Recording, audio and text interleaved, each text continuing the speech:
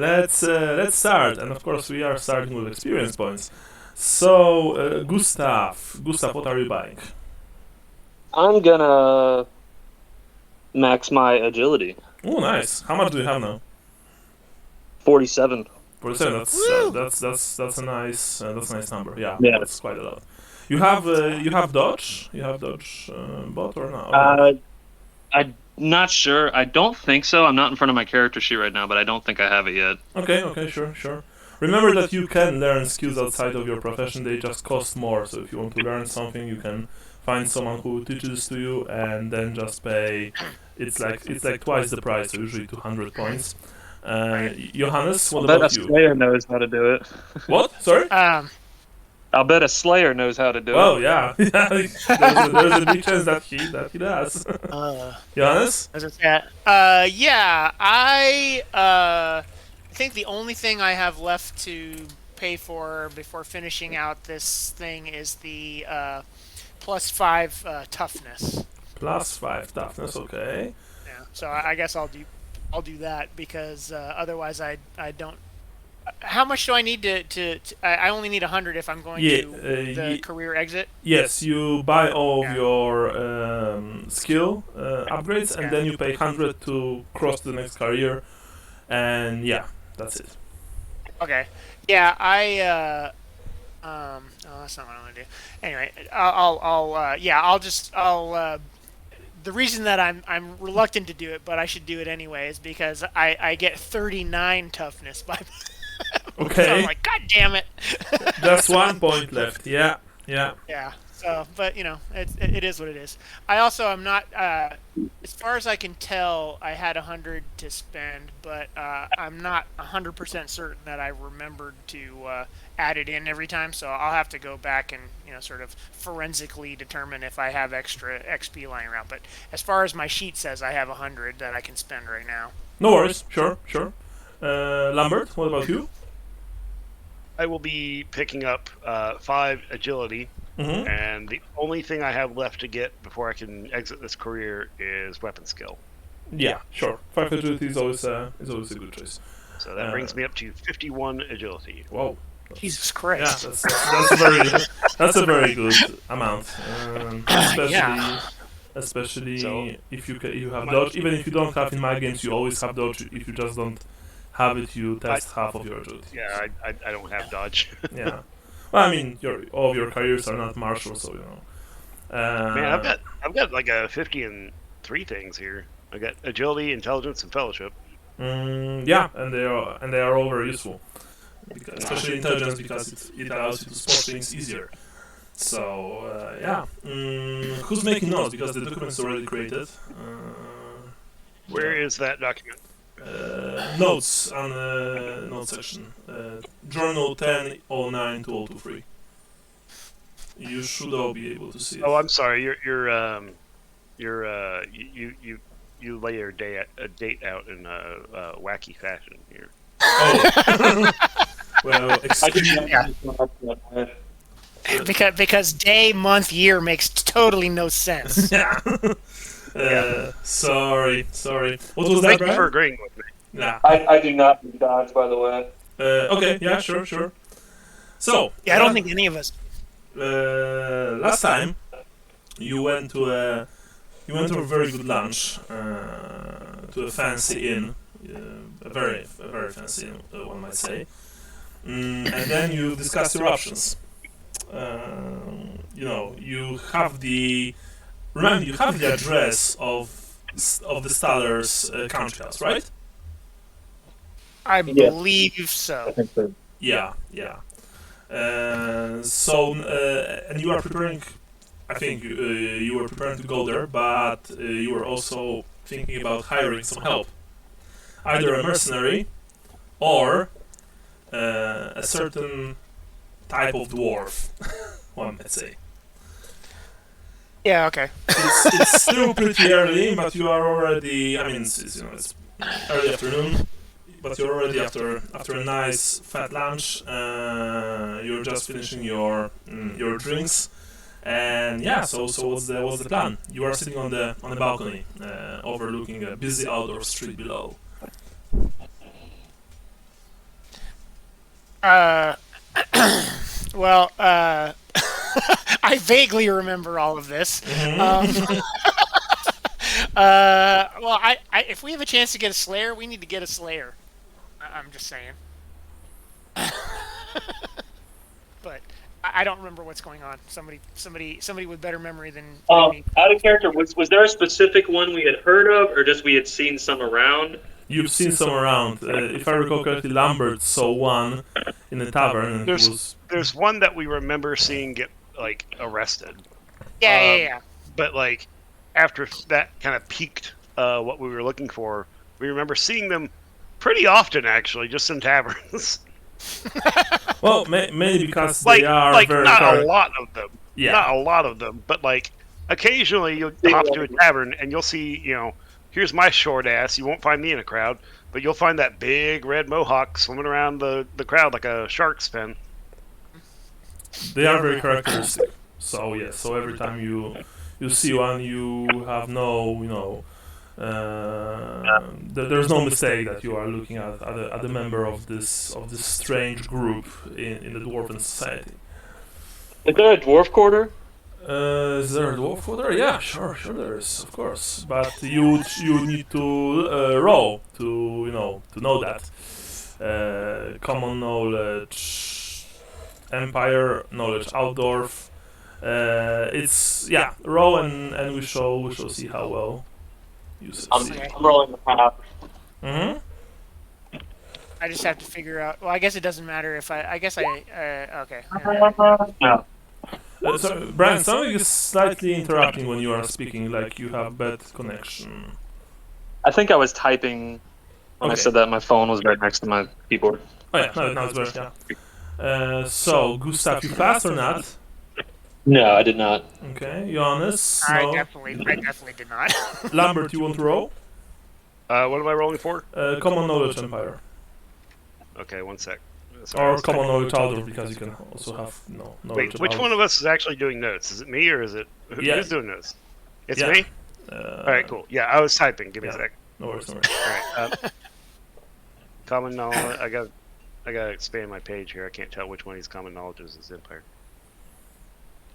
I think maybe we need to invest in a dictation software. Which is none of them. I do not have common knowledge Empire. Really? You're a halfling from the mood, you don't have common knowledge Empire? Let me quickly I have check. common knowledge Halflings. I have academic knowledge genealogy. Yeah, he might not have it. And I have academic knowledge law. Okay. Oh, in that case, normally you can't really test knowledges if you don't have them, but given that you are living in the Empire, I usually allow to roll. You can test half of your intelligence. Remember that if you don't know about it, you can always ask about it. Yeah, in a place like this, I think the waiter was running somebody for us. Can I gossip with some of the other tables around us? Sure, just be aware that people around other tables, well, they look, what's the word, snooty, I believe. This is not yes, your but usual... I'm also restaurant and bar. I'm also dressed for the part, as we just came from the auction house. And I'm pretty sure I can bullshit hard enough to turn my my whole face brown. Okay, sure. Sure, no worries. Alright, you can approach and roll gossip tests. Well, I failed. Okay. You've approached a few stables and you asked about the dwarf quarter and all you heard was, I'm sorry, sir, but we are reading here. Please go bother someone else, maybe someone over there. Hey, tall guys, I'm looking for short guys. Where are the short guys at? I'm a short guy. I'd like to meet other short guys. Well, dwarf quarters between your mama's legs. Well, maybe. Says one of them. Maybe then you should look in the mirror. I'm looking sir.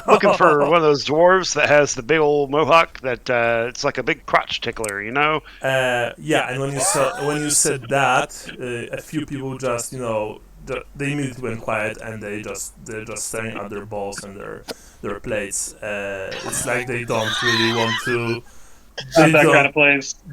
They don't really want to speak about this. Yeah, it's like. Sorry, it sounded like you said they're staring at their balls. Sorry. Nice I know cock, you said bro. bowls. But I know you said bowl, but you know. Yeah. You can try again, Michael, but this time with a minus 10% to your fellowship, if you want. All right. Let's see, where was it? Just one thing, you don't really want to botch in this place. Beep. Oh no, that's Gamble. Nice! No, that's That was Gamble. That was Gamble. He rolls the dice. But I mean, you wrote. Yeah, No, that's more like it. you wrote 2. First roll stats. He rolled a 2, though. Yeah. You wrote 2. That's okay. You've passed. Okay. Yeah, you took a quick tour in between the few tables, and eventually you spotted a man. He's an older fellow. When you approach his table, you see that he also has a very nice made but still artificial left leg. He has scars on his face. It's clear that he's probably a veteran of some sort.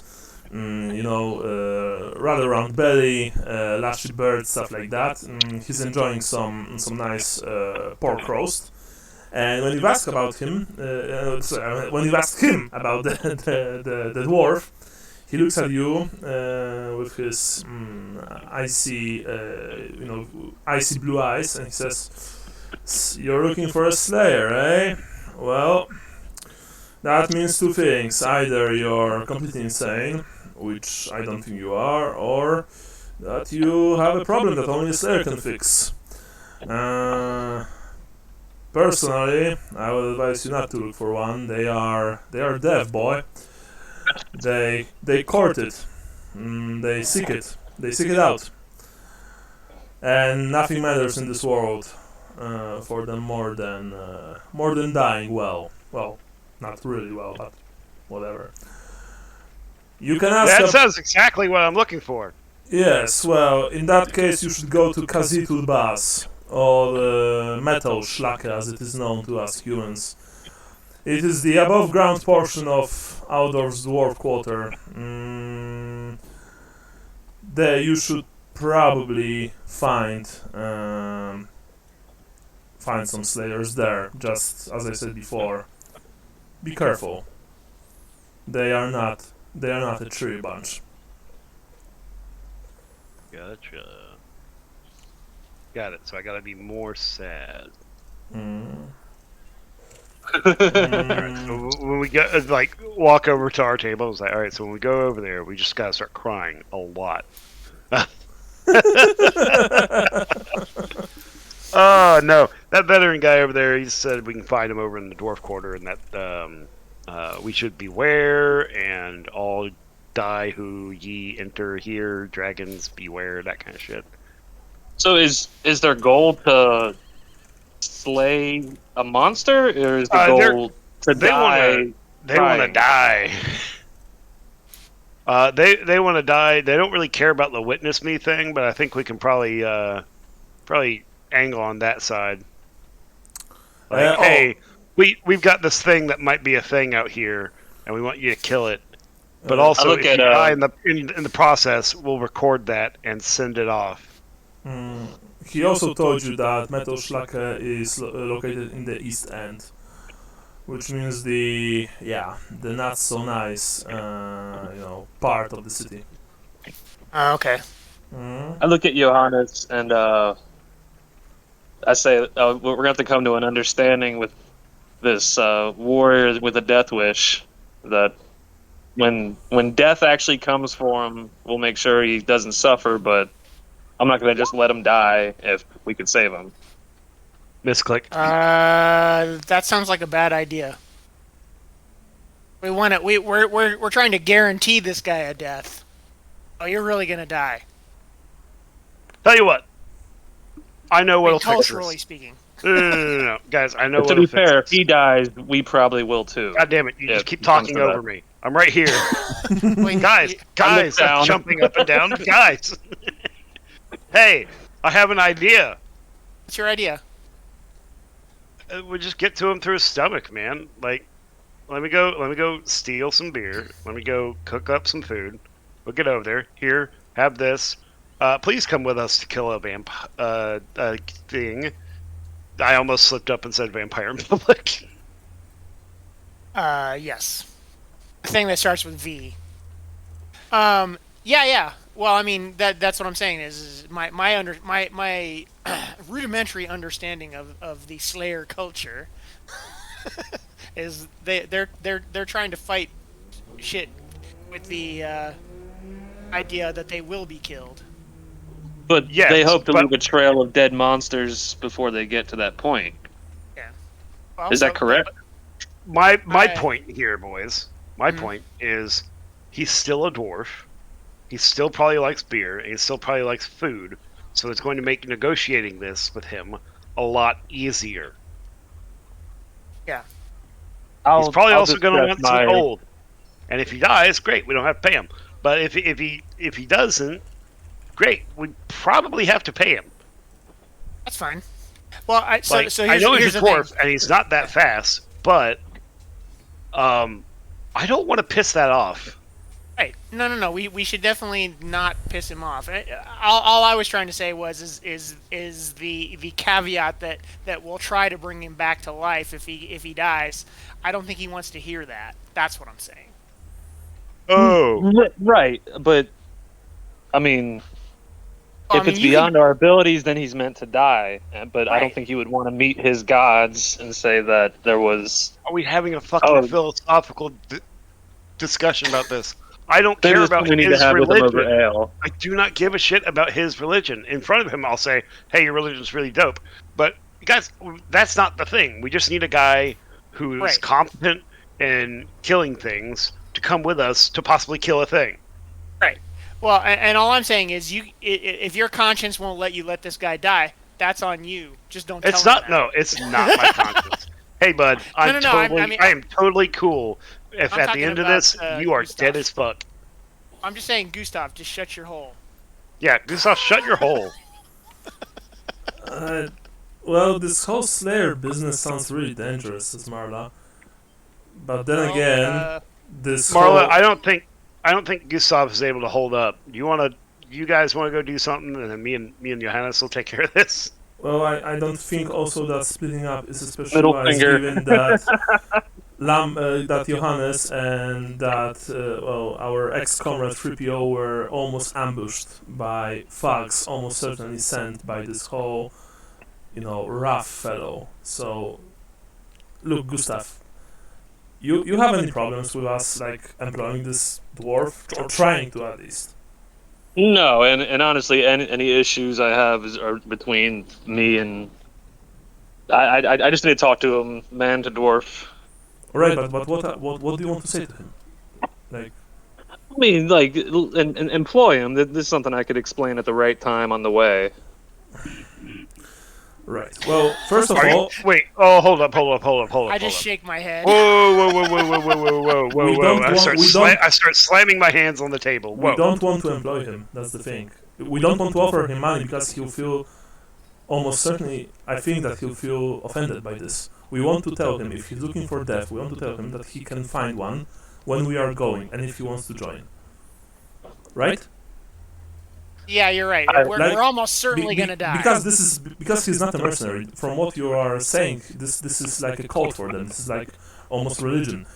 Offering money will sound like we are offending him, like we want to buy his services. And trust me. I see your point. They're a tricky bunch. I just had a thought. Is it easier to deal with the dwarves than with this dwarf cult than it is to deal with Sigmar? Yes.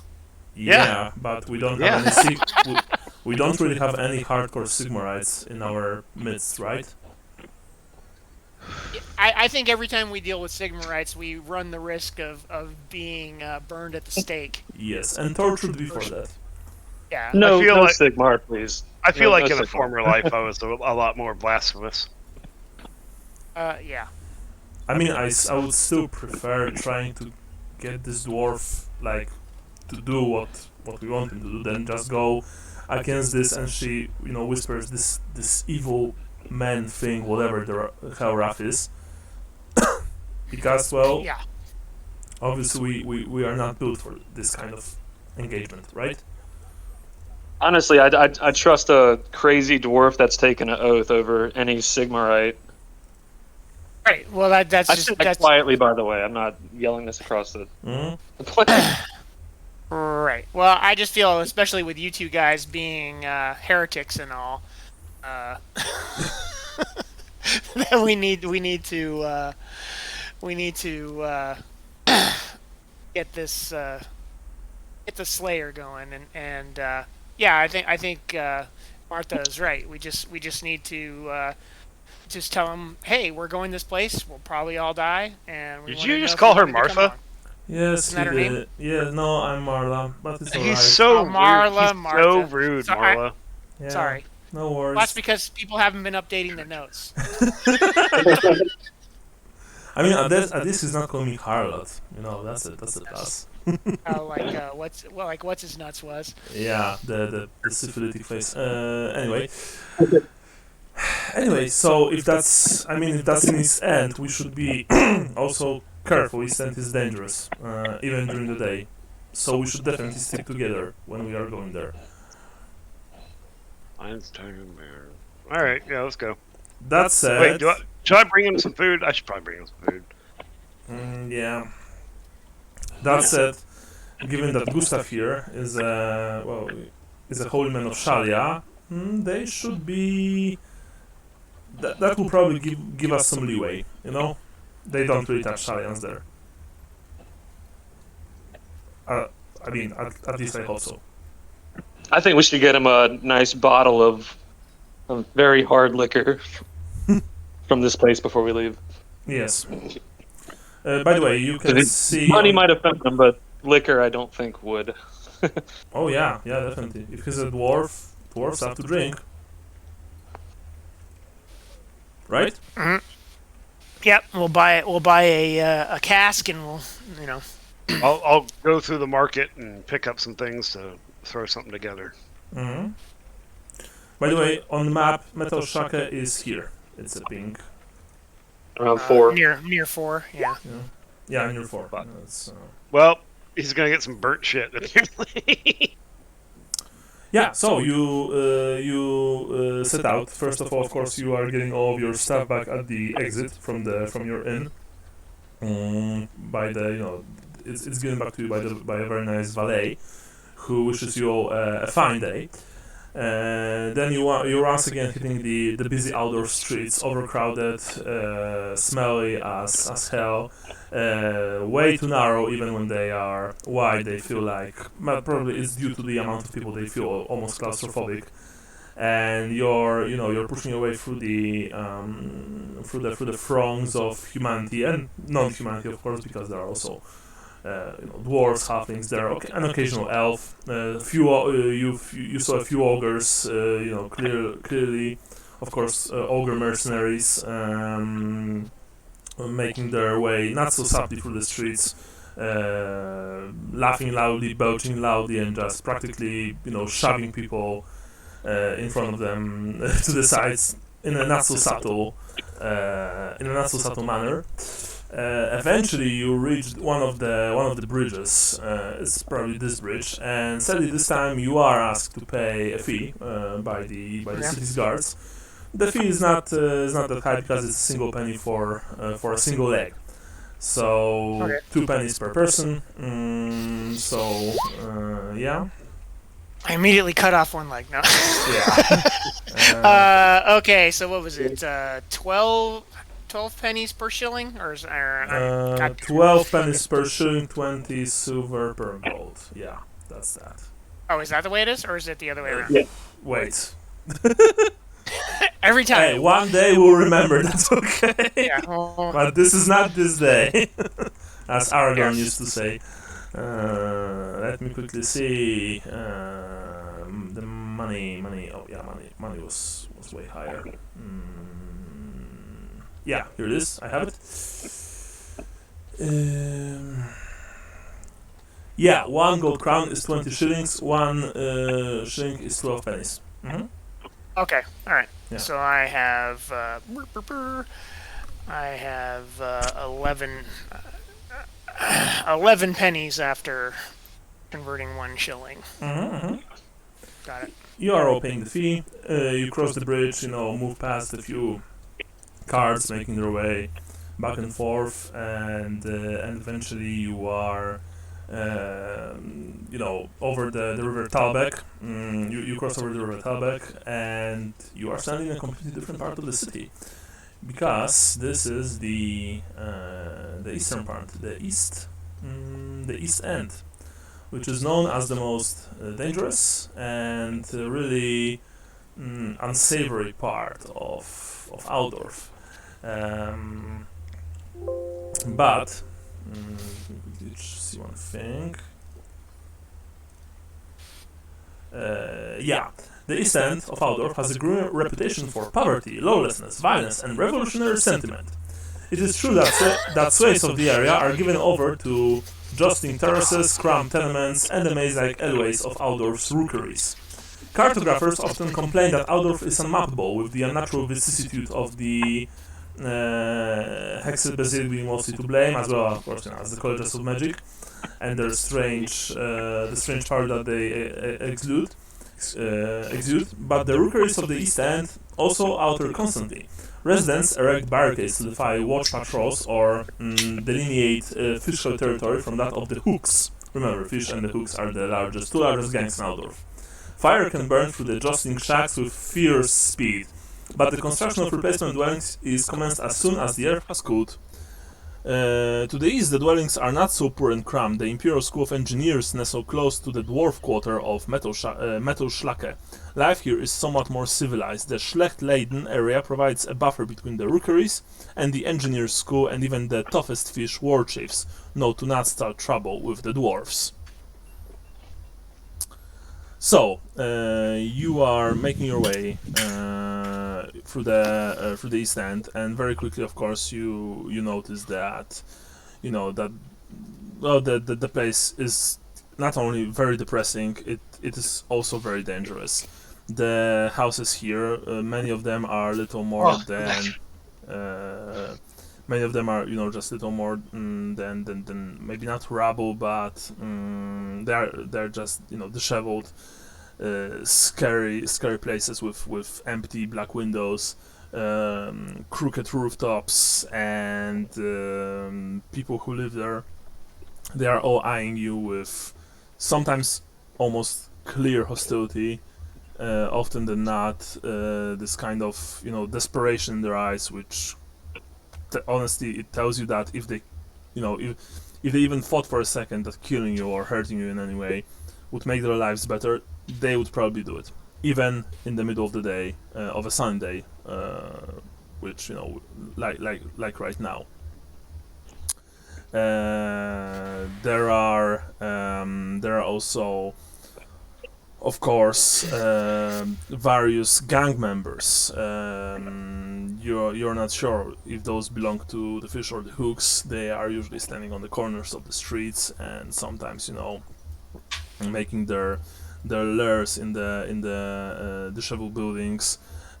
Few of them whistled after Marla as you were passing by, but none of them act overly aggressive. That said, they are all armed, and usually heavily.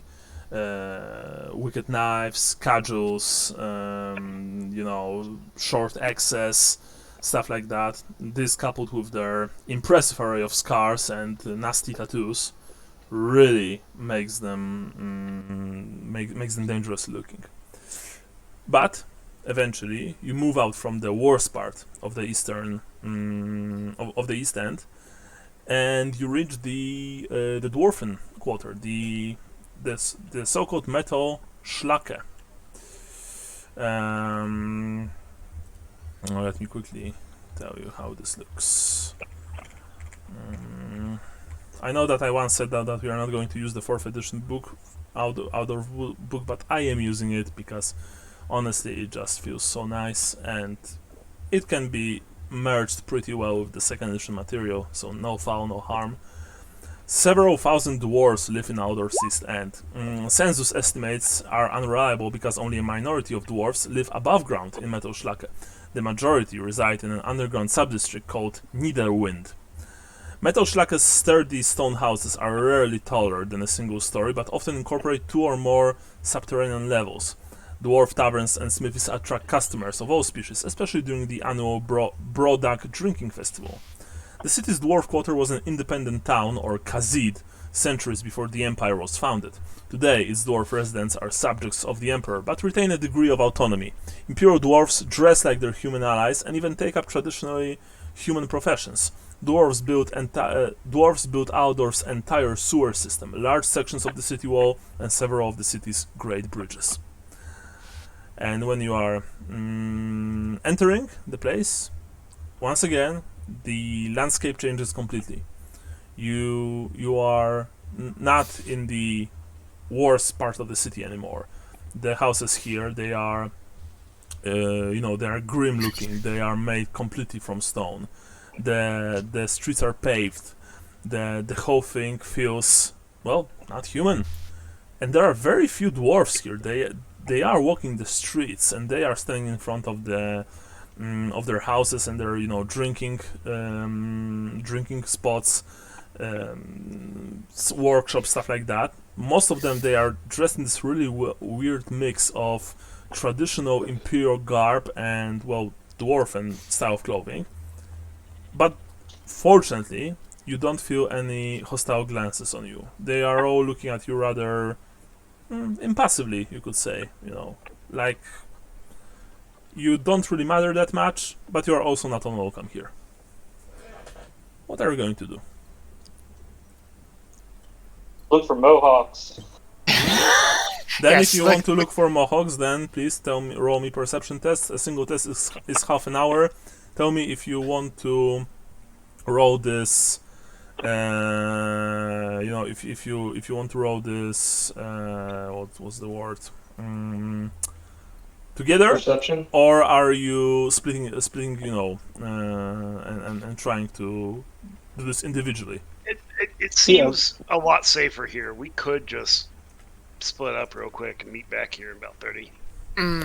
I was what I was thinking was maybe what we should do is just casually look around as we're looking for a tavern. Mm-hmm. and then they got to be in the tavern, right? Mm-hmm. Well,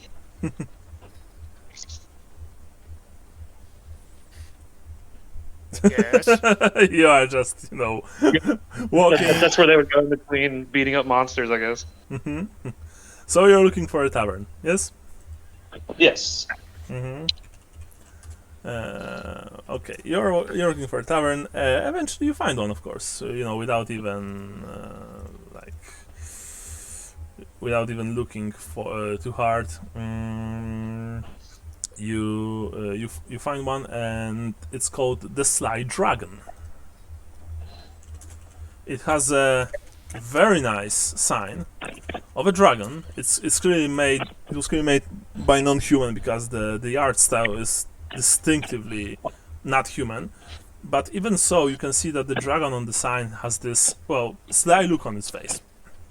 From inside, you can hear this strange sound, which only after a few seconds you realize it is singing, but it is a very mournful singing. This very, very it sounds nice, but it's also full of sadness. That said, you can also smell good ale, very good ale, and some strong spices coming from inside. You enter the place. Yeah, is it like a dwarf-sized building? Yeah, or all of them are. All of them That's are. right. Bend over, tall boys. No. It's you don't have to bend over, but they are, like I said before, they are all single story. They are high enough that humans don't have to bend, but it's clear that they've been made by dwarves. So I'm 6'1", so I probably still need to stoop my neck a little bit. Probably, yeah. You all enter inside. Yeah, Okay. I do anyway. Johannes and Lambert and Marla just follows. All right. In that case, you all enter there, and when you're inside, you immediately see that the place is, well, yeah, it's certainly very unique. not only the exterior was made from the stone, even the tables here are stone made. The chairs are of course distinctively smaller and made from a sturdy wood. There are ale casks everywhere, and the entirety of the interior is just completely covered in this strange motif of, you guess, miners, dragons, mountains, of course. It is very unique, and there is not a single human inside except for you. There are, however, about half a dozen dwarves, including an innkeeper. 2 of the dwarves are singing. They are not drunk singing, and the rest of the patrons they all seem to enjoy the mournful song. To the point that they're not really, giving you any attention. Is it Breakspiel or is it? No, it's their language. It's their rough, almost stone-like language. I'm gonna sit at a table and listen. Mm-hmm. You sit at one of the stone tables. Marla joins you. The rest of you, Johannes, Lambert.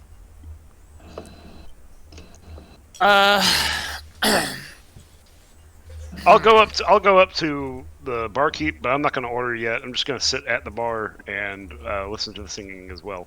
Mm-hmm. I'll follow Lambert. Mm-hmm. All right. And I will use my perception. I will look around for mohawks. Without even rolling, you see that there's not a single mohawk here, unfortunately. Okay. All right. Right.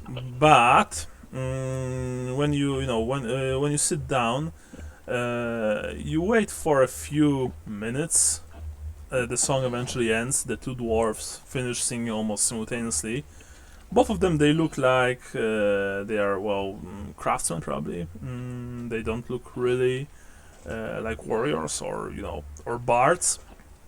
I don't know if that's appropriate. You applaud them, alright. Suddenly, Gustav begins to clap his hands. And he's the only one. And there's this strange silence in this whole place, as all of the dwarves, they just look at you. I nod and hold my fist in the air. I roll my eyes and turn to the barkeep. The barkeep also looks at Gustav, then he looks at you. What do you want? I put 4 silver down and say I need ale and food for my friends. You put the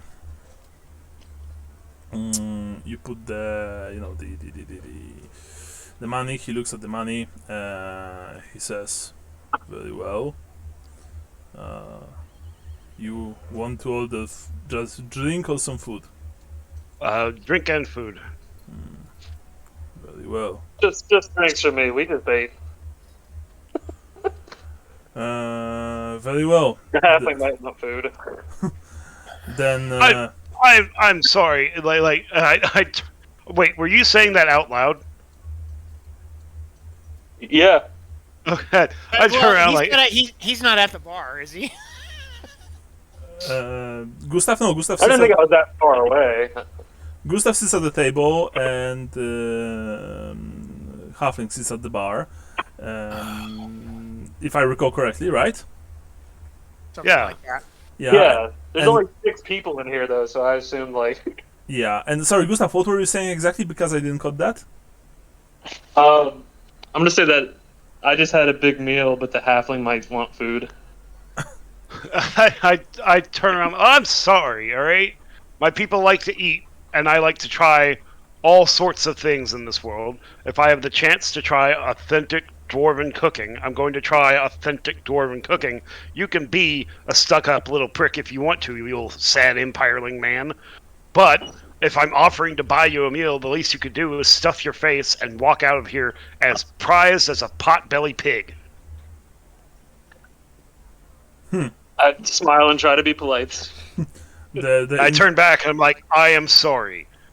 He just, the innkeep just shakes his shoulders. You don't have to be sorry for anything. You didn't do anything wrong. Your friend here obviously is, he's an Imperial. Let's leave it at that. You want food and drink? Very well. I will give you food and drink. If I overheard that, I try not to react. Even though I want to, 'cause I'm not an Imperial. Yeah, and you think that Marla is maybe telepathic in some way, because when Lambert said that, when the dwarf said that, she almost immediately kicked you under the table. Johannes, meanwhile, yeah, you are. Where are you sitting, Johannes? All the while. I thought I was sitting next to Lambert at the bar, and I was looking very embarrassed for Gustav. Yeah. I turn to Johannes and try and kind of mime this out a little bit, but more of an act than anything else. I should probably roll a performance check. Where is perform? There is no performance. Is performance an advanced skill? Performance, yeah. I guess this would be charm then. As I say, well, I was trying to do this more tactfully because I don't think this cult is a big all day topic of common discussion. And I turned back to the barkeep and was like, "We are also looking for a guy." Nice. The barkeep is just, he's busy pouring all of you drinks into large iron tankards. You can smell. I'm getting hammered. Yeah, you can smell the very enticing but also probably pretty strong smell of ale. And he's like, and who that might be? We're looking for, sir. I don't know your name. My name is Lambert Cherryheart, and you are? Brewfruit Wyvern Spine. Brewfruit Wyvern Spine. Damn, that's a really cool... Man, why couldn't my name be cool? If you are, you should not be ashamed of your name. It was given I'm not to you ashamed by of your my ancestors. name, sir. I'm not ashamed of Cherryheart. I'm just ashamed of Lambert. Oh, well. Your parents gave it to you because they believed that it would suit you. You should be thankful to them for that. Kind of. I mean, they gave it to me because I was the L in the number of kids they were having. I'm succeeded by Mambert, and I'm preceded by. He just sighs. Mambert. I'm preceded by Cambert. Okay. My parents had 26 sons. I am very impressed, but I also pity your mother then. Yeah, it's probably blown out, man. She was probably walking like a fucking crab, right? We're looking. If you look at us, sir, I don't really strike the most intimidating visage. Neither does this guy or that asshole back there or that fine woman back there. We're looking for some muscle, and we're looking for a specific type of muscle. And if you want to hire a mercenary, you came to the wrong place. We want to hire a specific type of mercenary. Well, hire is an exaggeration. There are dwarven mercenaries elsewhere in the city. They seldom come here unless it's for food and drink, but... We're looking for one that's not really... Oh, fuck it. You know what? My partner already embarrassed himself. We're looking for a slayer. He just looks at you sharply. You are looking for one of the Drengi? Yeah, we want to grant him a good... Are you insane? Why would you look for someone who seeks death? How blunt can I be here? Is there a check I can make to understand how blunt? You're not sure. This is very strange. I mean, those dwarves, they're like, You never met anyone like them. You don't feel any hostility coming from the barkeep, but you feel his shock, even though his face looks like a hewn stone. You know, he himself looks like he can probably fight very well, or at least handle himself well in a fight. But and all of the other dwarves here, they are just muscular. They are wide. They have weapons at their belts, and given what you were saying now, Michael, I presume that you didn't whisper that, so you said that loudly. So all of the dwarves, they just look at you, and all of Gustav and Johannes and Marlo, of course, you all see that. You all see that they are looking at Lambert with this intensity. I turn to Johannes. I'm like, all right, Johannes, this is the kind of thing where I'm just going to have to come out and say it. If we bring up the story to this point, I think we can get further with Brufrut here than if we were to just lie. So I'm pretty sure he would appreciate, and I look over at him and I'm like, pretty sure he would appreciate honesty here about why we're looking for, did you say Durangi? Durangi, yes. It is our name for one of the cult of Grimnir. But no one who is even half sane looks for them. They are death incarnate. I'm a halfling that came to the Empire, so that's my answer. I'm sorry to hear that, he says. Well, I'm half sane, so Johannes, should we? I believe that we should be fairly honest. Yes. All right. I'm gonna like. Has he handed out the ale yet? Yeah, he put the ale on the bar. The bar, of course, is also made from stone, and he says, "Oh, by the way, 3 pennies per mug," which you know that it's. Well, it's. I handed him 4 silver because we're going to be here for a minute while I tell this story, and I'm going to have to use my. I'm going to have to use my my career as a agitator here. I'm not going to be shouting this, but I'm going to be telling a very, very, very a stylized story of all the bullshit we've gone through to try and find this dead woman or this woman that might be dead. You mean Eva Staller? Okay. Yeah, and the monster that might be at the head of this, and why we need someone who's capable in a fight to help us put this evil down. Very well. Then I would like for you to roll me, I think, at least 2 tests, 2 performance tests, or like 2 not performance, but fast talking, the equivalent of fast talking. Charm can be used if you want. Right. I'm gonna walk up and grab my chair. Yeah. Sure. I stand on my bar stool, and I hold up my stein or my mug of beer, and I say, to all of the short folk that make this empire better. You roll intelligence. Hey man, I'm short, man. It's our word. It's our word. You are short. You're not sure if they will appreciate that. Well, they might appreciate it if I'm also short. Okay. Well, all right. Yeah, sure. You are saying that. You see that all of them, they are giving you these strange looks now.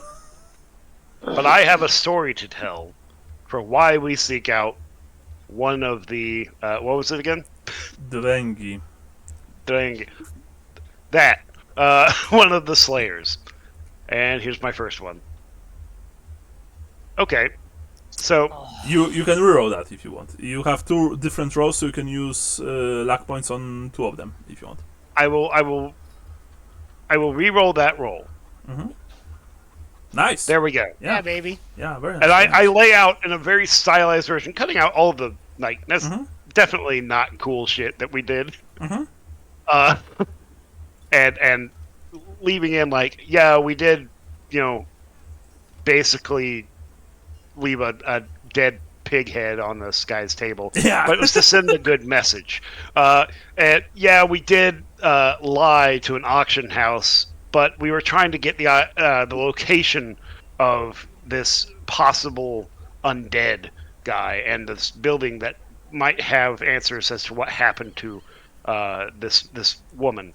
All right, what's my second roll? Same. Actually, since you had so good a roll, I will give you plus 10%. All right, so that's rolling on a 65 now. Nice. Very nice. Yeah, you are spinning your tail. All right. And I get to the end. It was like, and as you know, or might know, the people of the Moot have been dealing with the undead for a long time, but I'm not really one of the. We do have a fighting force. It's not me. I'm not that guy. We need that guy, and preferably we need that guy that's willing to go all out to kill a horrible monster of the world. Yeah, that's where I'm at. Very well, says the innkeeper. But tell me one thing, Lambert Cherryheart. If this man that you are speaking about truly is one of the unquiet dead, then why won't you tell about him to your witch hunters, to your authorities, to the temple of your god of death? Because as honorable as the Temple of Sigmar and the Temple of Mor are, and as good intentioned as they are, paranoia fuels them further than any actual honesty. If I was to bring up that there is a vampire or undead in their midst, they would either assume I am lying and a halfling, and they would gut me or put me out in the stocks for other people to do that, or they would assume I'm in league with it, and then they would gut me and put me out in the stocks along with all of the people I know that are also halflings. The Empire doesn't like my kind, but they tolerate us. They do like your kind, and they tolerate you. Well, it speaks a lot about humans that you are willing to go to great lengths to erase this evil from their lands, and they still don't like your kind. There's evil in the land. It needs to be cleansed. I don't care who's living on that land. Very well. Your tale was good, and for that, and he pushes the 4 silver to you. You're drinking here for free today. Can I roll intelligence to see how good of a fucking gesture that is? Because that's like weird. Mm-hmm. Yeah, sure. Out of game. That's really generous. Yep. Yep. Yeah, I mean, you clearly made a very good impression on him, and even when you take a quick glance, all of you, when you take a quick glance at the other dwarves here, you see that they are raising their mugs in your direction, Lambert, not all of your directions, by the way, and they are saying some words in Khazari, but of course those words, they sound like some kind of praises and not for example slurs or anything like that. I'm gonna raise my mug and hold my fist over my heart in appreciation and nod. All right. I will leave the rest of the talking to Johannes because he is better at remembering all this stuff than I am. Mm-hmm. Sure. Also because I have to go address something that's in my oven. I will be right back. All right. Okay. I've got some pies cooking. All right, Johannes. That's very half-like. Well, thank you, Herr Wyvern Spine. Brewfruit will suffice, he says. Yes, Brewfruit.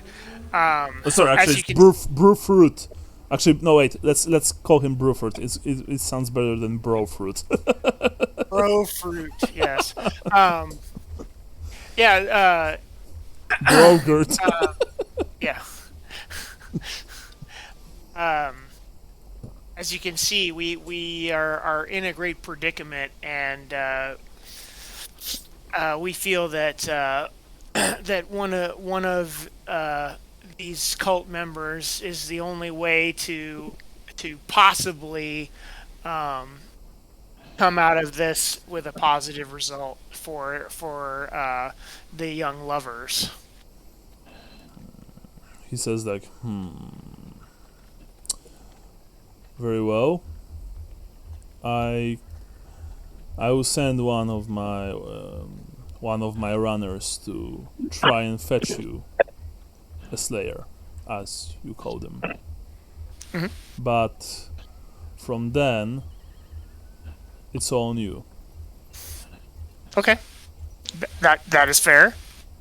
And be mindful and be very careful around him. As I said before, they are not. They left their old lives behind, and nothing but the urge to find a good death is left. Right. And he whistled loudly and suddenly, so all of you got a bit started, and he shouted in Khazarite. You think you only caught a name, Jomamet. Jomet. And a young dwarf, one of the other 5 who are in this room. I mean, you think that he looks quite young. He has sandy beard. He definitely is the most imperial looking of them all. He practically dresses like an imperial, like from top to bottom. He quickly jumped from his stool and ran over to the bar. They've exchanged a few words. The dwarf took a quick glance towards you, Johannes, and towards Lambert, and then he ran through the front door. Bruford points at the table where Gustav and Marla are sitting. Take a seat over there and just wait. I will bring you your food soon. I'm gonna walk over to the 2 dwarfs that were singing, Mm-hmm. and I want to say I meant no offense. I don't speak your language, and I could tell you were singing about some profound loss, and I just want to show my appreciation of your song. They look at you. I raise my stein. They probably don't speak right still. They look at you in this rather. Wait a second. In a way that's rather rather strange. One of them just slightly nods his head, and he's like he's saying, we appreciate this, manling. This song is, well, it's about Drenk Trom. It is a song about a lament, about the horrible thing that happened to a place far away from here. We don't want to forget. But thank you. Your words are kind. And he nods. To him. Yeah, he nods, and both of them, they raise their marks towards your direction. Johannes, you were saying something before, that you are walking to the table, yes? Yeah, I was gonna go sit down and because they're bringing us food, right? So Yeah.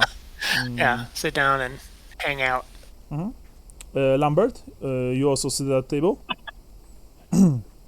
Oh, Lambert's probably not here, not yet, at least. Gustav, after that, are you speaking to anyone else, or are you returning to the table? I'll go sit and I'll pull a chair out for Marla when she comes. I mean, Marla is still sitting there. Oh, okay. So we just go sit at that table then? Okay. The chairs and stools are not exactly comfortable. The table, as I said before, it's made completely from, granite.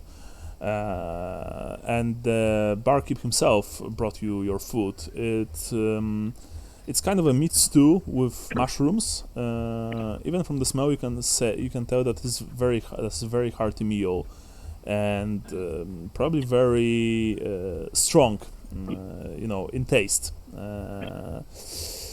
And the beer that you are drinking it's very good, but it is also rather strong. Fortunately, when you are trying the meal, and it's actually been almost an hour since, if not more, since you last ate, the very tasty lunch in the fancy inn. You got a bit, more hungry, but still, after a few spoonfuls, you feel almost full. It's clear that the dwarves, they have completely different appetites than humans and and halflings, but the food is not bad. It's just strange, to say that, like, to put it clearly. Yeah, All right, sorry, I'm back. no worries. What did I miss? You went back to the table where the barkeep brought you food, some kind of meat and mushroom stew, which is very hearty and goes well with the strong beer that they also poured you. And Gustav was speaking to the two singing dwarfs, and they reacted positively, of course. So yeah. Do you want to discuss something before the Slayer arrives? I'm gonna go to the outhouse. Oh, so we are taking 5-minute break, all right? Yes. Okay. Yeah. Okay, yeah. Sounds good. All right. Sorry, I should have done it earlier.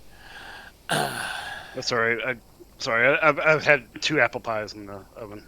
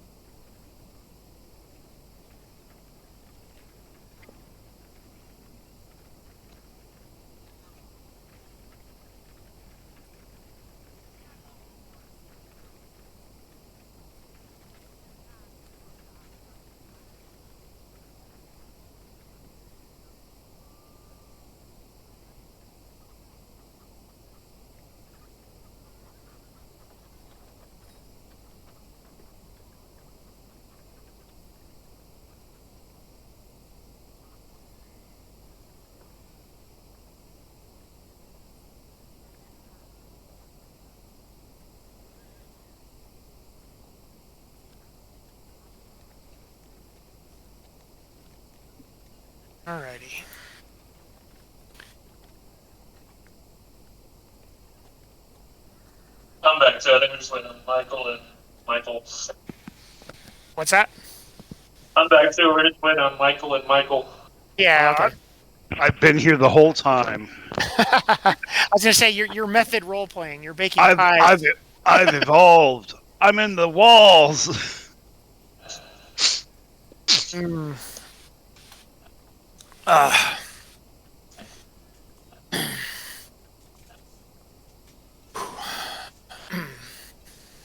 Yeah, so just nothing much going on around here. Just hot as fuck. It's starting to finally cool off a bit.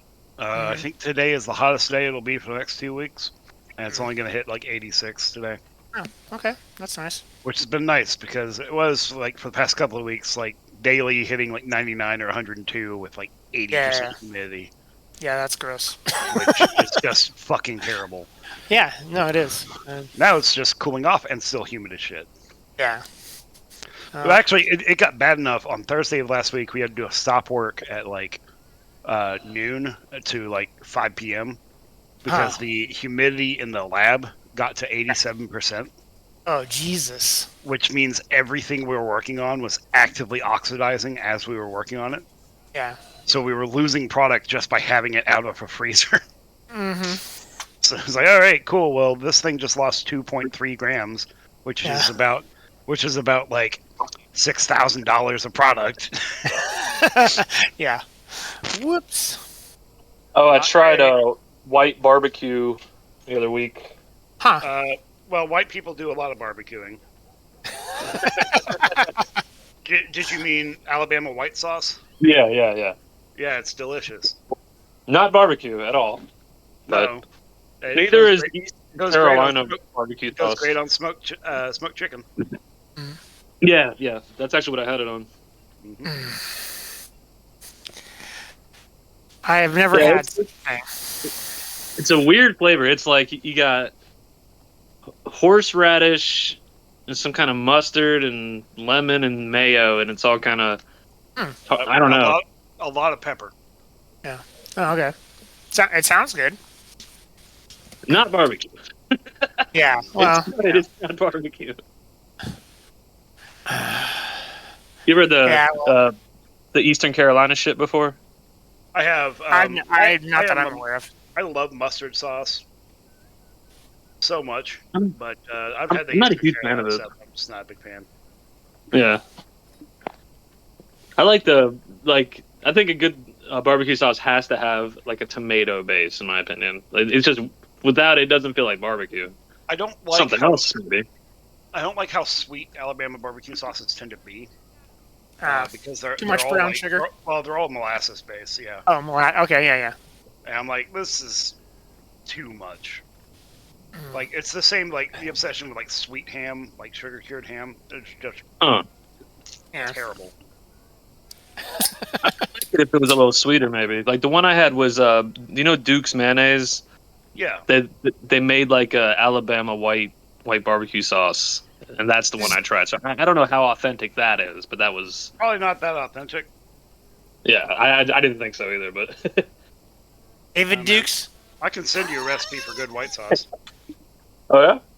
Yeah. Yeah. Sweeter, I think would do it some good. Like it need not that nothing was overpowering, but it I feel like it needed a little bit of sweetness in it.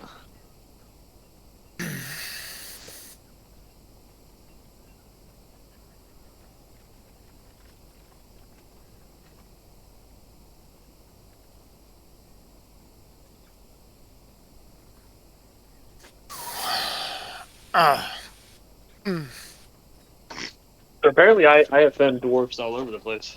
With the Marienburg thing or what? It's just funny. I feel like this round, somebody is offending somebody every session. Yeah. This incarnation of our party. And what's funny is we're all trying to be nice too. No one's trying to offend anyone. I don't know about that. I I feel like sometimes you guys are trying to get a rise out of the Sigmarites. Well, I mean, I don't think my character really believes in it. Yeah. Other than, like the Storm of Chaos, he needs Sigmar, but outside of that, they're just a bunch of crazy, Yeah. burn you at the stakes cultists. Well, I think that's what sold. There you go, bud. It's in the Discord. Yeah. Oh, the recipe. Yeah. Woohoo! Oh, it does have brown sugar in it. Okay, yeah. That might change things. Yeah, it had apple cider vinegar, too. The one I had. I'll have to try and make some and see what I see. Look. Some cayenne pepper would help, too. Yeah. Goes real good on smoked chicken. All right. It's basically made for smoked chicken, but it's good on pork, too. Yeah. I wouldn't put it with beef. Yeah. Beef has too much fat. Yeah. It's meant to kind of add fat, but also cut through it when you're eating it because of the vinegar and such. Yeah, the vinegar.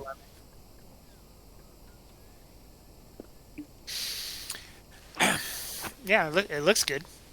Just looking at the ingredients, I'd eat it. I'd eat that. Yes. That's just Lambert walking through a tavern and was like, I'd eat that too. I'm here. Oh man. Oh hey.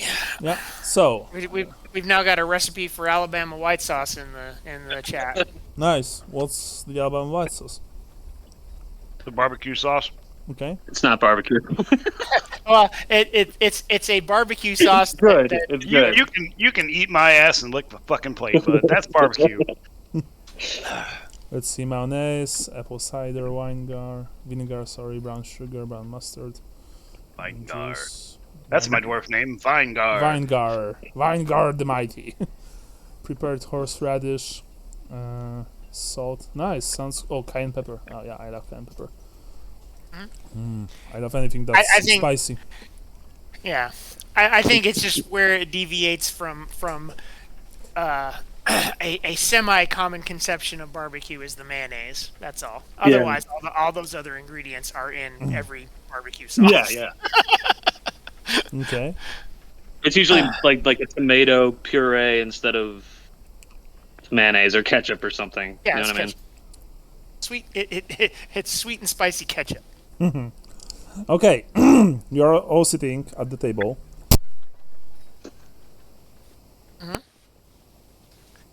We're eating food Yep. and twiddling our thumbs and waiting for this guy to show up. So, how about those Mets? How about the Reichland Raiders? Are they having a good season? No? Crickets? We got a So- different league in Edinburgh. Yeah. It's called the Loser League. They can't cut it in the Empire League. The Wasteland League. Yeah. Okay, so I guess you're just you're just waiting. You finished your meal. You finished your drinks. Like the alcohol, it's like you're not drunk or even tipsy, but you can clearly feel, that you've probably for this day drunk maybe a bit too much already because you started with a brandy, then you had some good wine. Now it's the beer, dwarven beer, by the way. So Road after this. Yeah, and it's still summer and it's very hot. Shovel. And you still need to hit the road. But when you were just thinking about what's next, the door opens. The young dwarf, you presume Jomet, comes inside, and he stands respectfully to one side, and then a figure enters through the door. It is also a dwarf, but he's unlike almost any dwarf that you ever seen. Because, first of all, he's incredibly wide and very heavily muscled. He looks he looks like he's made from pure muscle, scars, and tattoos over tattoos over tattoos. Stand up and take my hat off. Okay.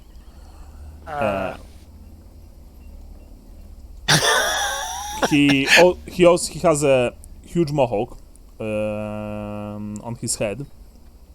It's of course, it's of course dyed orange, and there are things in the mohawk that, well, they are strange. They look like he has like small bones, skulls, and some kind of jewelry, like intertwined between the hairs.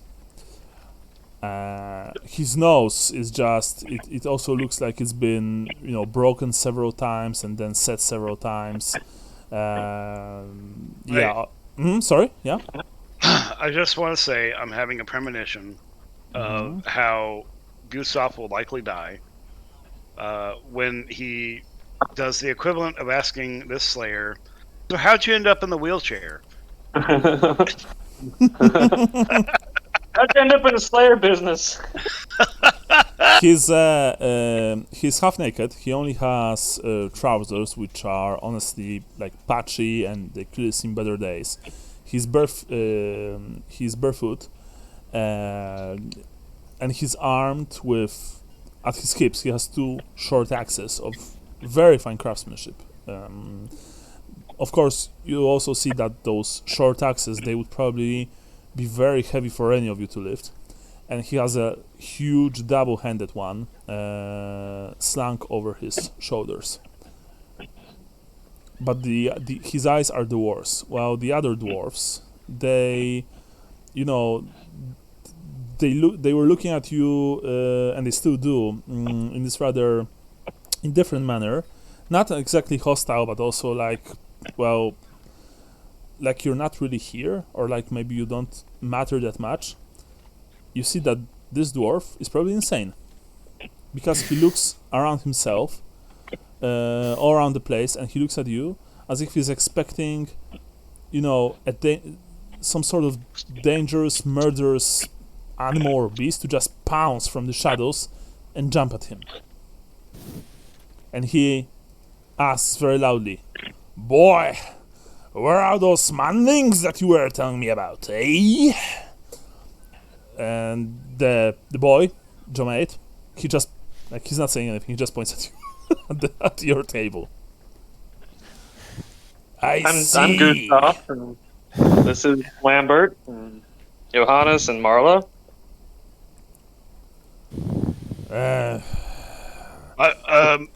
Mr. Slayer, sir. He approaches you very quickly, like he's almost charging your table. Marla is, she grabs your hand, Gustav, and you hear her, like, very, very quiet, but still there, you hear her squeal. He stops right in front of the table. I see. Good, we know he's not blind. You worried about me? The birdling over there told me that three manlings and a short fellow were looking for one of my kind. So here you are. My name is Usadlun Vandelcoat. Okay. I've added it to the Roll20 chat. That's a good dwarf name. So I am here now. Get the notes real quick. Sorry, what was that numbered? I'm putting that in the notes. Okay. Yeah. So Right. now that I am here, you can tell me why you wanted to see me. And if I'm satisfied with your answers, I might even go gentle on you. Thank you, sir. So, I'm no sir. Sir, this is no... it's no military here. Prancing I apologize. jackass? In our What do you want me to culture, call it's you? kind of respect. First of all, one speaks. Your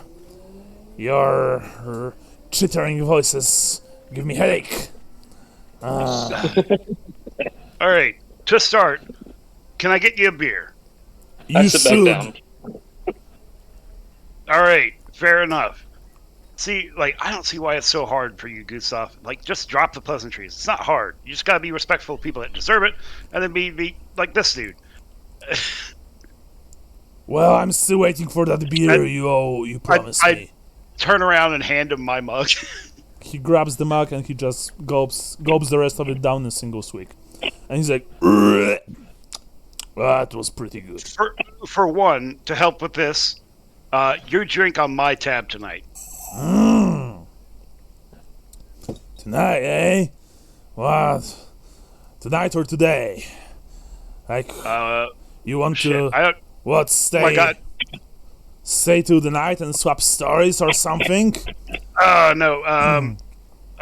I'm so incredibly full and sloshed at this point that I don't even know what time it is, and it's really hard to tell because there's no windows in this place. So for the next foreseeable couple of hours while we have this talk, you can drink on my tab, and I'm sure that's a lot. Very well. I see that you are of the half kind. He looks at you, Johannes.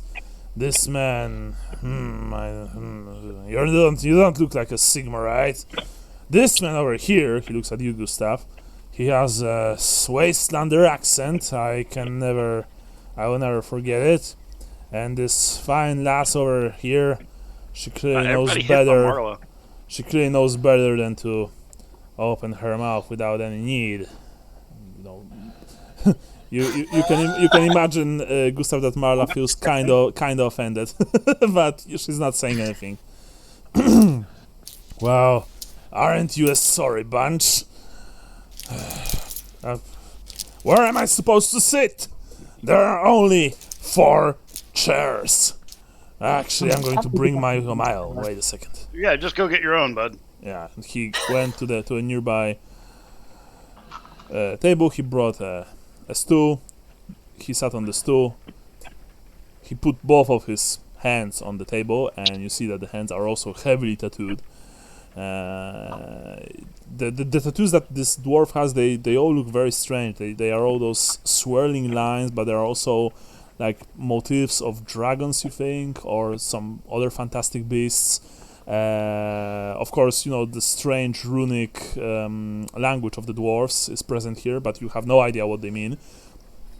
And from up close, first of all, you can tell one that, hand says thug, the other hand says life. yeah, life, yeah, fuck the police. And but even from up close, you can see that parts of his body are made entirely of scar tissue, and you can unfortunately also smell him, especially his mohawk. It stinks. Like, it fucking reeks. You have you have an idea what kind of grease he's using to put it in place. It's probably some kind of, butter.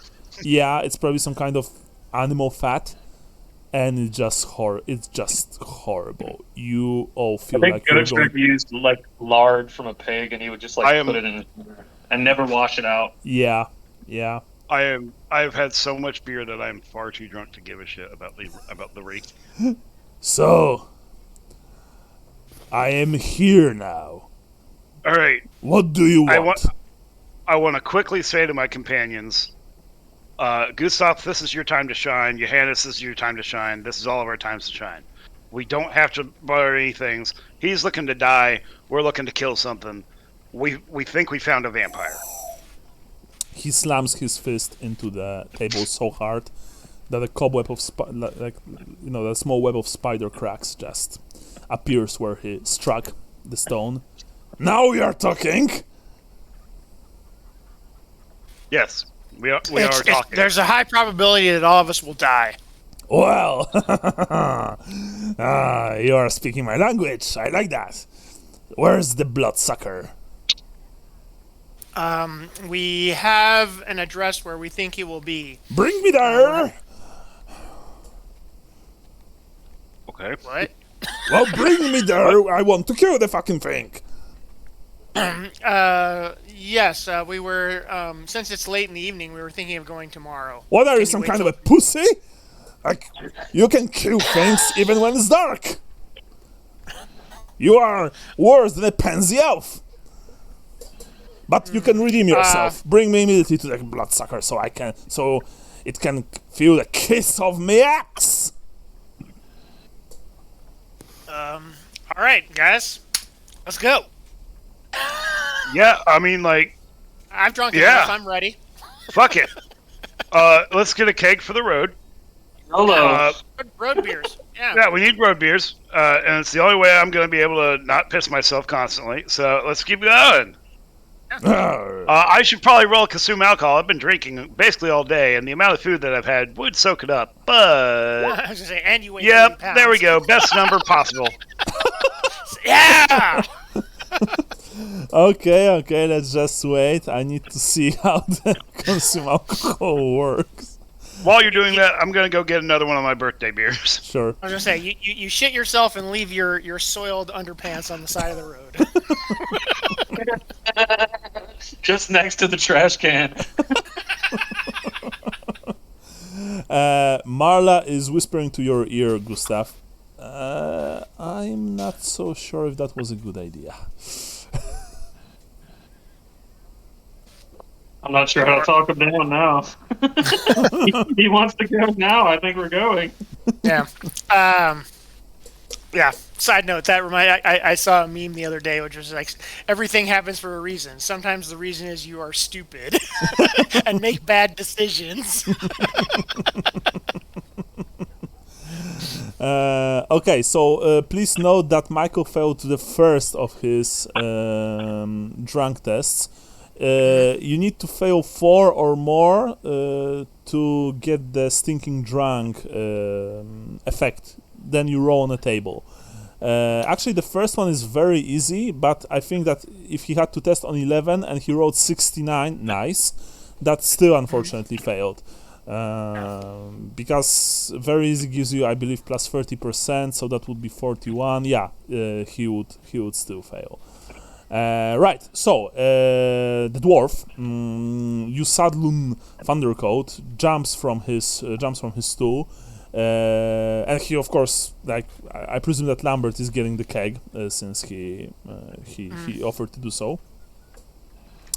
Yeah.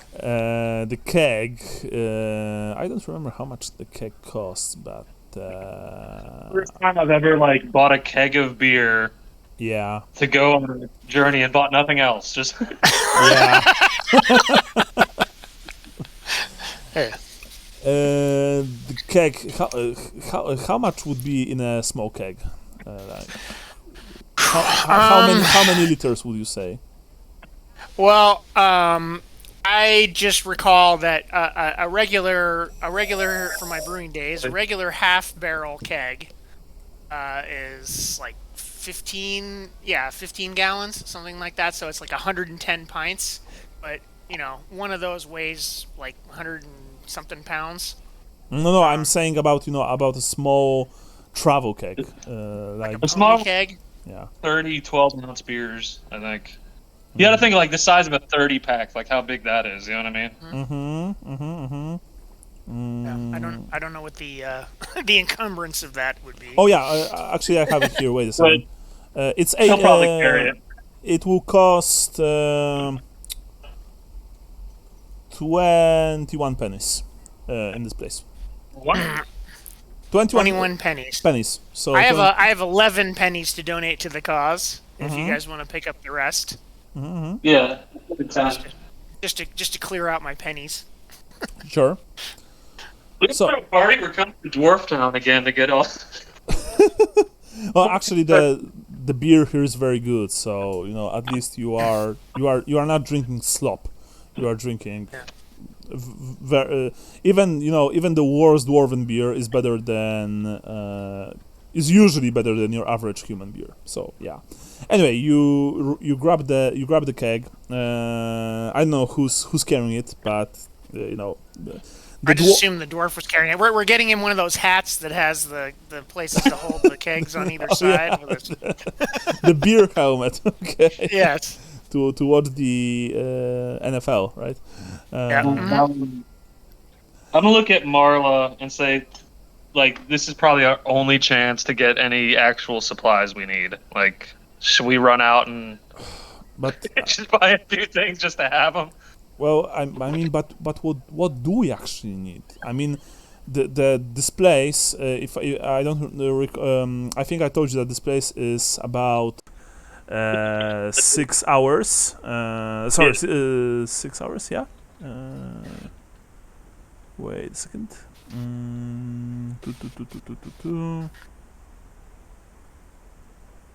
Yeah, it's 6 hours walk or 3 hours by coach or house, southeast of Aldorf. So, if you want to travel there by foot, it will take you quite some time, but you can, of course, always hire a coach. Perhaps we should hire a coach. Oh, I was yeah. thinking rations too, like get like 2 days of rations for 5 people. You can probably buy them here. Yeah. In the tavern. So yeah. That said, for a single week it costs 6 silver, but if you want for a single day, it will cost you 1 silver per daily day? ration. Yeah. Okay. I'll go ahead and pay that then. Okay. 2 silver. So you're buying for 2 days. Yes. Yeah, for 5 people, right? For 5 people for 2 days. So it's 10 silver total. I'm counting this correct. Okay. Yeah. So essentially half a crown. Yeah. You bought the rations from the dwarf innkeeper. Of course, meanwhile, the Slayer is like all impatient, and he's just, saying, "Hurry up! I want to face the fiend." But he's waiting for you to do your stuff. The innkeeper gave you the rations. They are. I'm back. Yeah, you can feel that they are heavy and packed with probably some hardtack and heavily from the smell of it, heavily spiced dried meat. And you're off. You're away. You leave the tavern, and you are moving towards the direction, I guess, of the southern gate.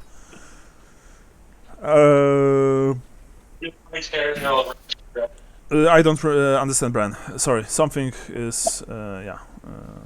I said everybody's carrying their own rations, right? Yeah. Sure. All of you can add 2 days worth of rations to your character sheet. Now we need a coach. Yeah, and as you are walking, of course, the Slayer. He's actually. He's now quite quiet. He's just saying, "Lead the way, manlings, and lead the way fast. Where is this vampire?" Southeast side of the city, outside the city. How far away are we talking about? I've heard 6 hours. 6 hours, that's a lot. We should go there faster. You, and he points at you, Johannes. You should grab us a coach. I will go grab us a coach right now, and I run out the door. We are outside. You should grab us a coach when we'll be right next to the gate leading outside of the city. Oh, yeah, sorry, I got excited. No. Manlings, he says. Back in the moot, they just ride giant chickens and shit. Yeah. Oh, by the way, Lambert, you failed the first of your 4 tests. Yeah, that's why I'm talking about random shit. Yeah. When you fail your 4th, you will roll on the stinking drunk table. By the way. Alcohol poisoning. Yeah. You are making your way to the other side of the city, passing over this bridge, over the River Reich. This time, fortunately, even though there are guards here and they are, taking money off people, you are fortunately you're not bothered. Probably because of the Slayer. And funnily enough, a lot of people are really giving you a wide berth when you are walking through the streets. Finally, the recognition we deserve. Not only because Usadlun looks, well, like a killing machine, but also because even for the standards of the old world hygiene, he is simply abominable. Eventually, it takes you more than, like, almost an hour, honestly, from getting from here to here. But you eventually reach the southern gate.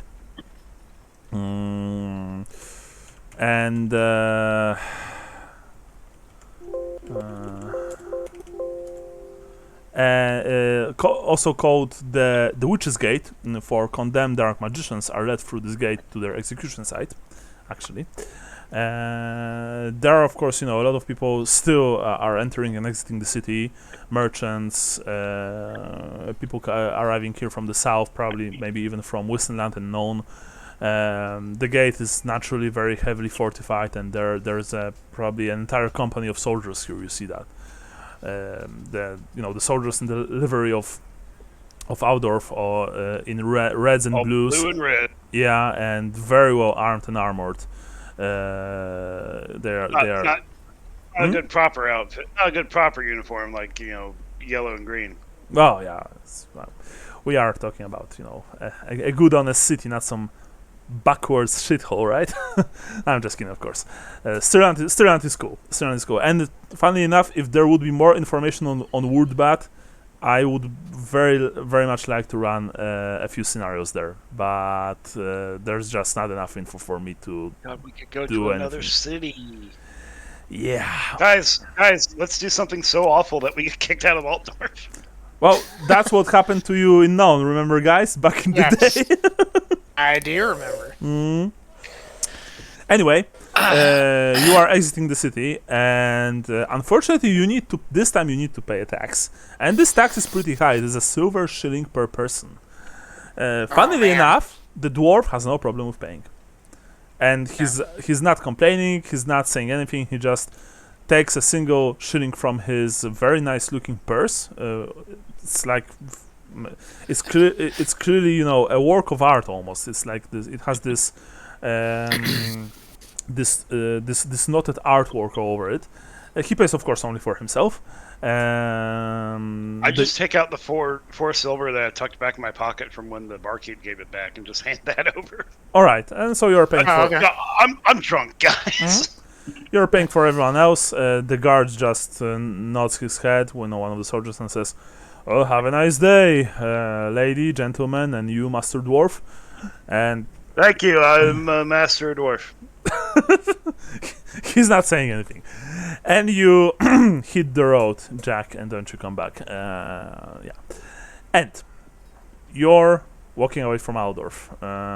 For the first time, probably in many days, if not weeks, you are leaving the capital of the Empire, and you're making your way towards the Stallers residence according to the instructions that you were given. Sorry, actually, no. Before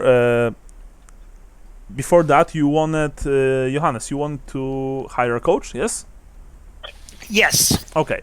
So outside, you can of course hire a coach right before you leave the gates, but this will cost a lot because you are essentially just hiring from one of the coaching houses, and they usually are rather expensive. That said, you all know, and without just rolling, this is like common knowledge, that outside of larger cities, larger towns in the Empire, there are usually people who are offering coaching, like traveling services for a much smaller fee. Of course, the travel service, it might not be a coach, it might be a cart, but they will still deliver you to where you want to go. Okay. Cart it is. Yeah, and funnily enough, very quickly you spot like this is like a taxi stand, like a taxi kind of place. A few carts, smaller and bigger, some pulled by horses, other ones pulled by donkeys. They are there. Usually, the people who own them are those farmer types, and when they see you, of course, they all yell, "Come here, come here! If you want to travel fast and if you want to travel safe, we offer only best services. Come here, come here!" Stuff like that. Okay. So, do you want a specific one, or are you just, fuck it, we take the first one? Take the first one in line because that's proper etiquette. First one. All right. In that case, Yeah. in that case, actually, this is 4 kilometers per hour, 6 kilometers. How much is 6 times 10? Of course, it's 60. Thank 60. you. Yeah. Durr. Sorry. I have great math anxiety, so I'm right there with you. But I did know that one. So it's 60 pennies per all of you to the destination, but only in one direction. If you want to return, then it's another. Actually, no. The guy says if you want to return, then it will be 50 only. So 60 in one direction, 50 in the second one. All right. So essentially, what we're saying is 110 pennies, of course, pennies. and there's 20 pennies per silver, so that's Oh no. essentially we'll give him 6. I got three shillings. I'll give him right now, Okay. and then we just need another 3. Anybody else got 3 Marla shillings? is paying another 3 from her purse. Okay, there we go. The guy who is obviously, like I said, he probably is a local farmer. Maybe he collects the coins, and he says, "Yeah, right. I will drive you there. Hop on the cart." The cart is like, well, it's a cart. It smells of slightly rotten vegetables, manure, damp wood. And it's definitely not very comfortable. But it has 4 wheels, and the horse looks strong enough. Okay. You all hop in. The Slayer, is the last to go. When he gets up, when he gets on the car, the whole thing is like, like it just groans. Like you almost have a feeling that it might, break. But fortunately, it handles itself well. The guy holds the reins, and you're off. You're away. When you're telling him where to go, he's saying, "It should be about 3 hours. I even think that I know about the place you are telling me. I didn't even know of the place that you are telling me about. It's a nice estate. It is. Yes." Very good. But fortunately for all of you, he's not the chatty type. So when you are riding, he just keeps his thoughts to himself. You have 3 hours. Are you? I was gonna say, wake me up when we get there. I try to make myself comfortable and try to get a power nap in for 3 hours. Roll me toughness test -10 because this is not a comfortable travel. Like not at all. The whole thing, like the roads are no. I don't sleep at all. The roads are good enough in Reichland, but even so, the whole ride is bumpy. The cart, as I've said before, is smelly. There are 4 of you in the back, and it's not that big, honestly. So it's kind of cramped. 4 of us or 5 of us? I forgot. Five. Sorry, five of you. Because Marla and the Slayer. Yeah. And so Johannes, you are trying to catch a few Z's maybe, but no dice. Yeah. The rest of you. Are you doing anything? Are you discussing anything, or are you just I'm because the gonna- Slayer is not telling you anything. He's not telling you about any sort of plan. What he wants. He just stares in the distance, and he has this manic grin on his face, and you see that he's playing with one of the axes just by pulling his thumb over the edge until it draws blood. I'm gonna make small talk with him. All right, make a small talk. What do you want to say to him, Brian? Ask him about the worst scar I see on him that clearly needed medical attention. Oh, you're telling me about this one, and he points at his abdomen, and you see that there is indeed a very thick, long scar. I got this one from an orc war boss in the mountains. He had a pretty nasty cleaver, that one, and a magical one at too. And he spits over the edge of the cart. But I was faster, and I didn't want, and I failed to get my death that day. It looks like a tricky surgery there as well. Well, our healers, they said after they patched me up that this kind of wound should have killed me 3 times over. But obviously Grimnir didn't want me in his House of Glory yet. One of them even told me that I was probably too stubborn to die.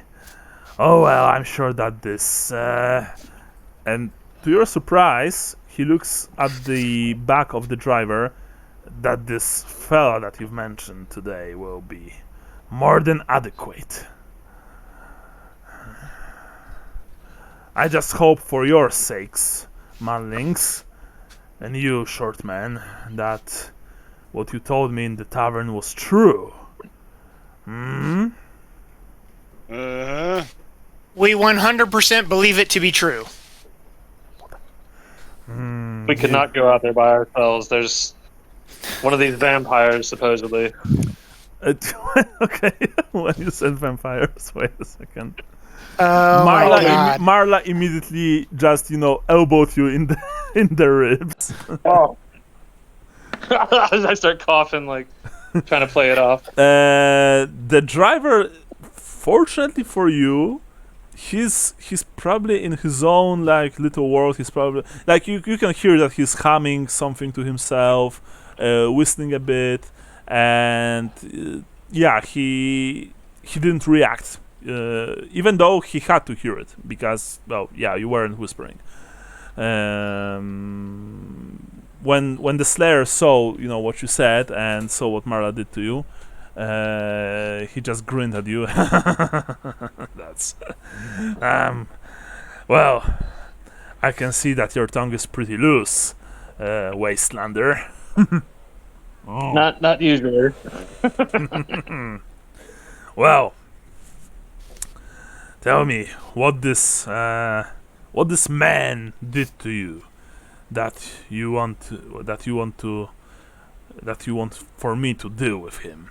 Aside, of course, from his nature, but don't get me wrong, all of you lot, you're not really looking like you're hunters of men like him. No, that we are not. So, there's a story in that, I'm sure. Well, a friend of ours. It's actually a love story. No, love story. How charming. Yes. Cool. It appears that this person that we're going to battle has somehow abducted his betrothed and made it look like she was killed. A classic one then, almost like from a theater or a book. I see. Yes. I see.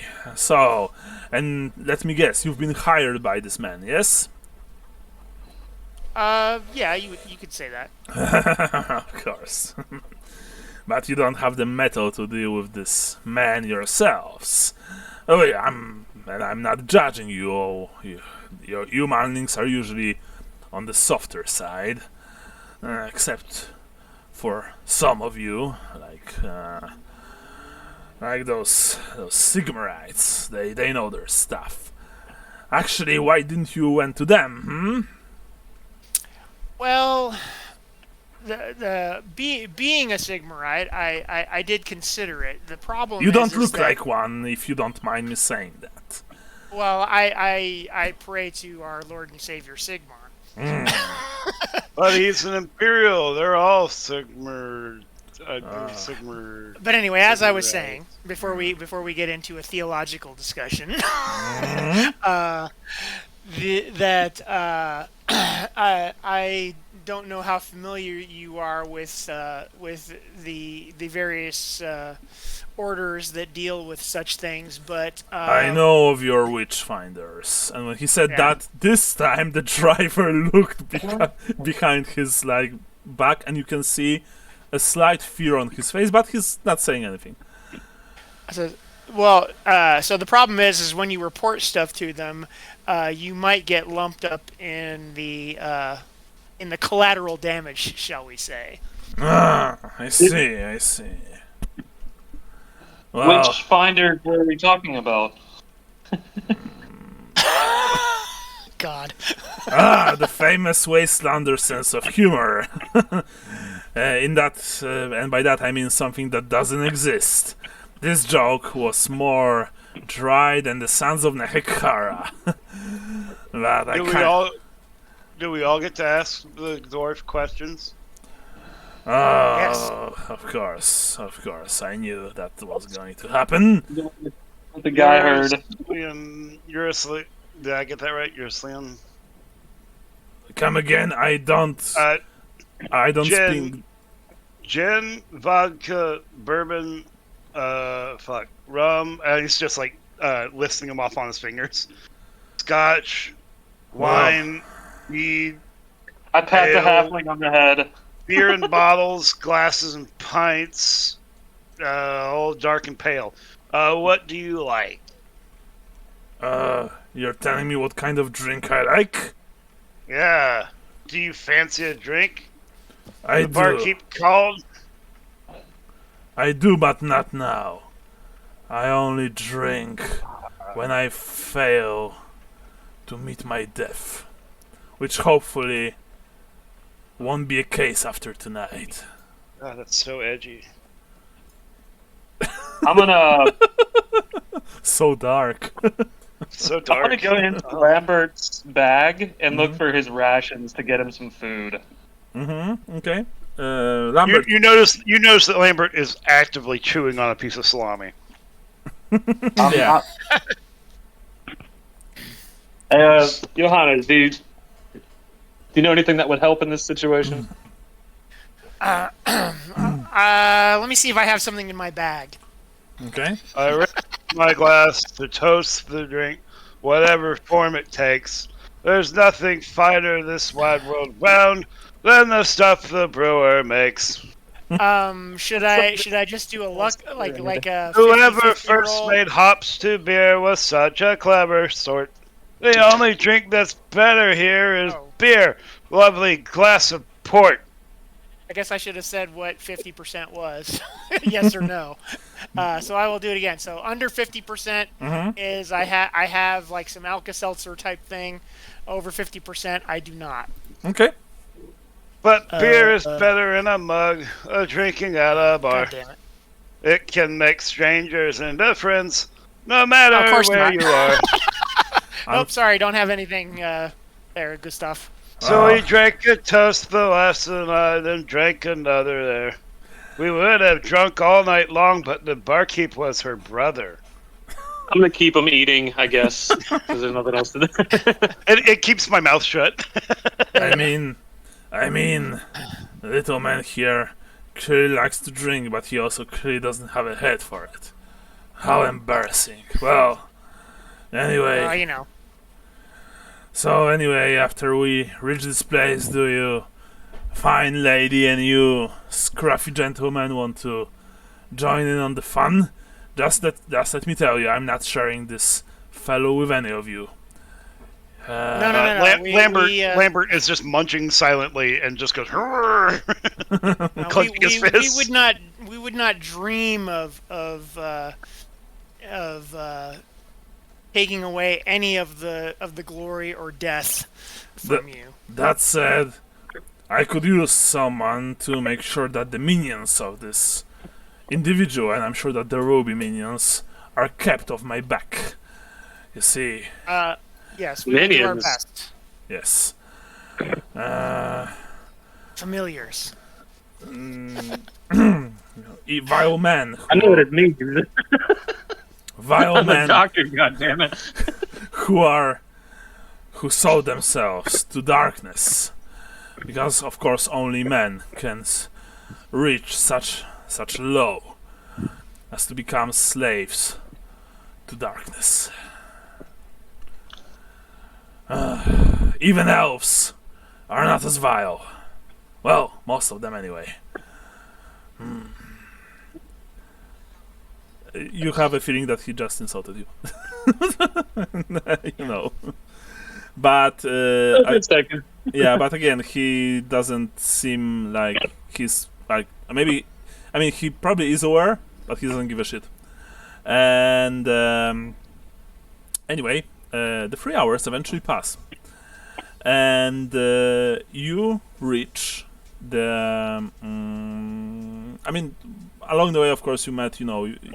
You've passed many people. Some were riding towards Aldorf, some were away. Riding away from it. There were peasants toiling in the soil. And as you come closer and closer to the estate, you've met even more of them. Do you want to question any of the farmers, or are you just riding along? Should we ask about the estate that's for sale?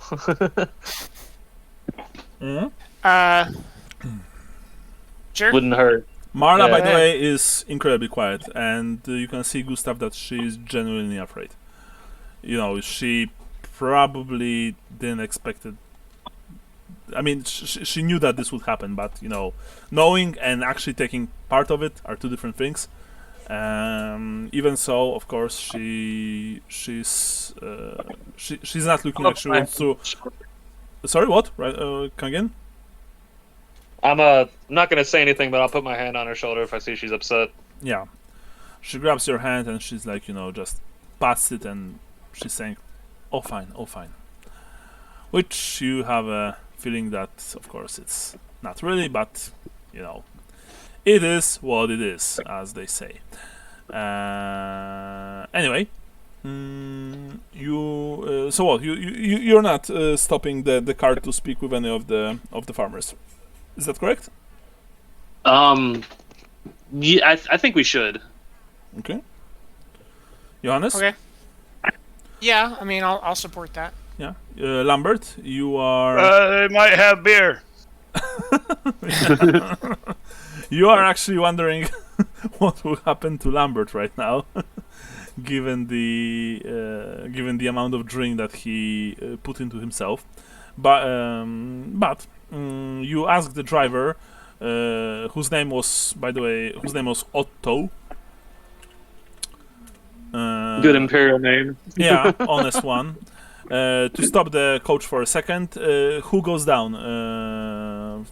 Who jumps from the coach? I can if you want. I'm assuming that you are, because you're the fearless leader right now. Oh God, that's not my intention. Yeah, Gustav just. So I'll walk over to the fence or the edge of the guy's property. So Gustav, I mean, you're not seeing the. Actually, no. At this point, yeah, you see the house in the distance. It's also the sun is also starting to to settle down behind the horizon. There are the farmers at this time. They are ready. They are preparing to go back to their houses, to their hovels. But there are still a few of them in the fields nearby. So I presume that you jump down and you make your way to one of them. Yes? Yeah. And what kind of crops does it look like?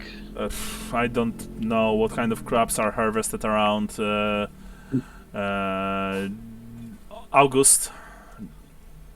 Wheat, I presume, would be one of them. Sure. Yeah. Okay, yeah. Let's say that Why it's not? wheat. Yeah. Let's say that it's wheat. I have no idea about farming, so excuse me. Yeah. I mean, yeah, they probably produced wheat. I thought wheat was more of Averland thing. Probably in Averland you have like Seas of gold. they produce the most of it, but I presume that most provinces will have some wheat fields. Maybe radishes or something. Lots Okay. of potatoes. Oh yeah. You could say that. Let's say that it's a radish field. Fuckload of potatoes, yeah. Sounds good. You approach one of the farmers. A sturdy-looking man, slightly older, but still, still in a good condition. And he waves at you. Welcome. How can I help you, fine sir? You're looking for direction or something? Well, actually, I wanted to ask about your farming expertise, sir. Really? I'm representing someone looking at the old Stoller property up there. I wanted to know what's the land like. The Stollers, eh? That's a name I haven't heard in a while. Not to mention that I haven't seen the owners of the name in quite a while. Even though there's been plenty of traffic heading up to the house now, come to think of it. Is it other prospective buyers or? Oh, I don't know if these are buyers. Well, one of them surely chose a really sinister-looking black coat. Let me tell you. I think I've seen that. I think I've seen that one before. Actually, my neighbor, Robert, he was approaching the house when his horse was spooked by a terrible scream from within, and he was thrown to the ground. Needless to say, he decided to take a different route and left the area swiftly. We're not really getting near the Stoller's house anymore, but it's right over there. And he points to the shape in the distance. You can. And the sun is setting. Yeah, the sun is setting. Yeah.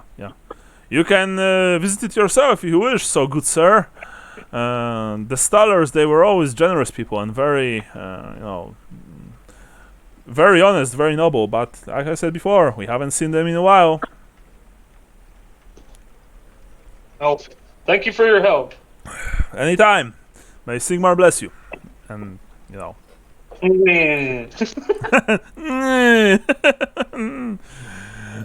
fuck him.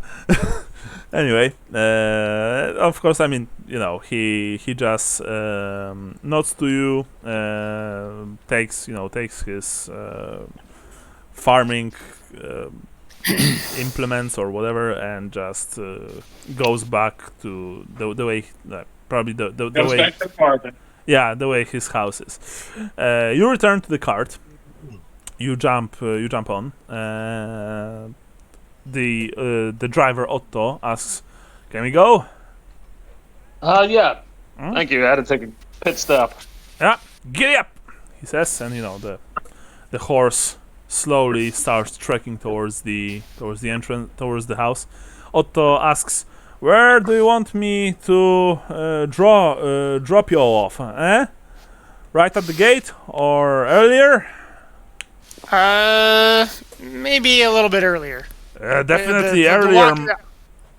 Definitely earlier, manling. You don't really want to drop us off too close to our prey," says the Slayer. Otto. Yeah, I need to stretch my legs after such a long ride, so it'll give me a chance to warm up the. They're gonna make me walk. Otto just once again gives you this glance over his shoulder, but doesn't say anything. He just nods his head. Sorry, Brian. What was that? Or not Otto. Lambert. Hey, what's up? Maybe you should stay here and catch some Z's in the cart. Well, I just passed the consume alcohol test. Oh, nice. So you've God damn it. only. Oh, wait, you've passed? Are you still actively drinking, or No. I thought you told me to take them periodically. Yeah, actually, that's only when you drink. Only when you drink. Oh, okay. So well, no, in you've that only case- failed your first. I presume that you were rolling them because you were continuing drinking from the keg. But if that's not the case, then no, don't take them. You only take them when you drink. Gotcha. So yeah, so you've only failed your first. Of course, this means that you can still feel tipsy naturally.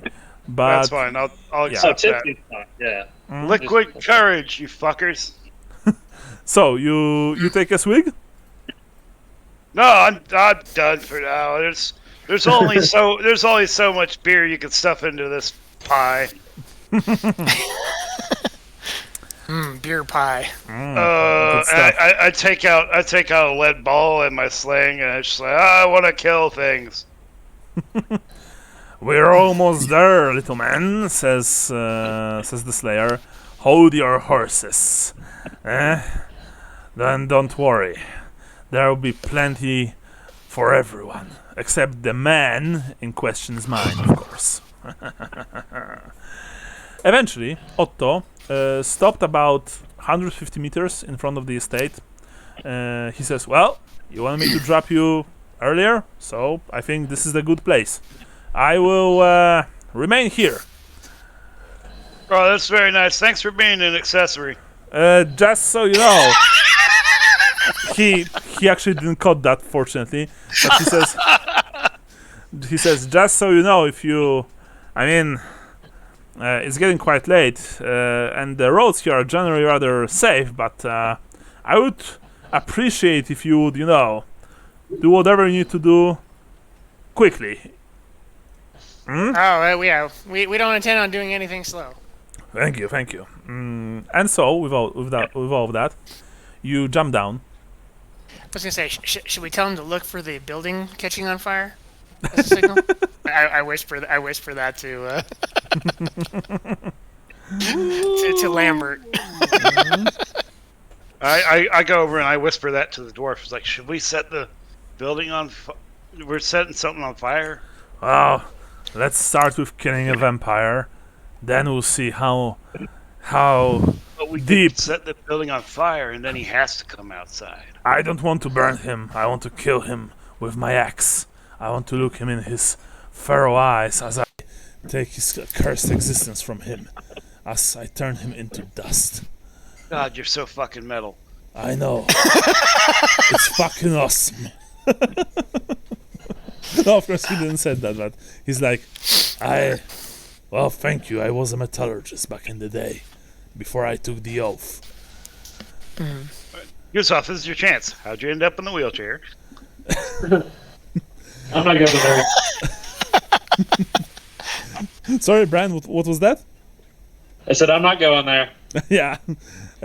You're not going to the estate? No, he's not gonna ask him how he became a slayer. Sorry. Okay, yeah. He's not gonna. That was good. Anyway, you are approaching the house, and it is surrounded by well-kept farmland. It's the house is a typical farmhouse, actually, large, of course, surrounded by a 6-foot-high stone wall. Entries through an elaborate gatehouse, which leads into a courtyard, containing, of course, some buildings and the house itself. You can, even from here, in the last rays of the dying sun, you can see that the house has a pretty crumbling stone tower rising 2 stories. Give me just 5 minutes, very quickly. Okay. Okay. Oh, we taking a quick bathroom break. Yeah, sounds good. I'm gonna do that. All right, I've had like 3 birthday beers. I need to pee. Yeah. Sounds reasonable.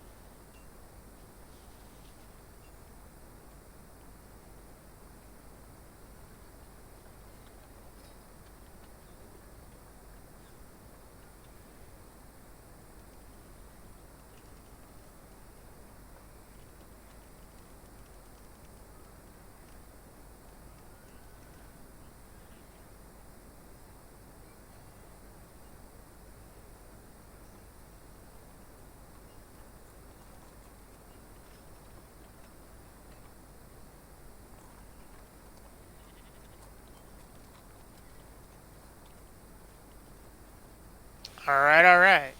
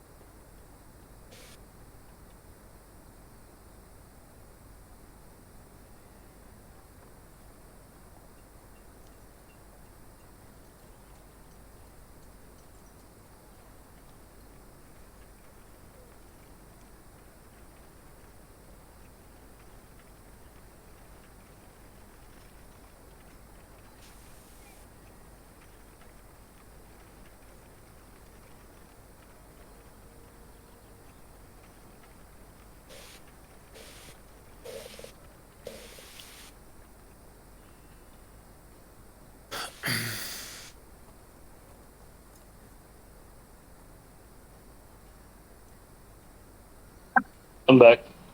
All right, cool. Sounds good. I'm concerned this is going to be one of those instances where, like, we're leaving in a hurry, like, run, run, run, and the cart's not going to be there. Yeah, probably.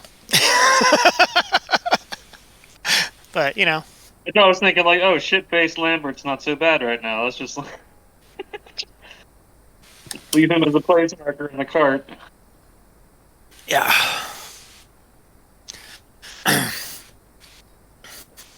Well, we'll see how it goes. I'm pretty sure at this stage, like first career, at this sight of a vampire, we're all gonna shit our pants or just be petrified with fear. Yeah, probably. Like, there's no fighting it.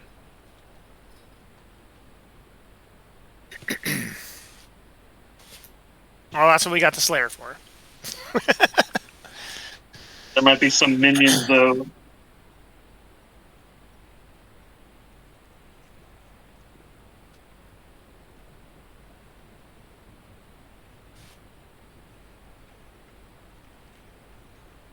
Think through what my approach would be to like a necromancer. Yeah. Because I'm not supposed to kill unless it's like a follower of Nurgle. Hmm.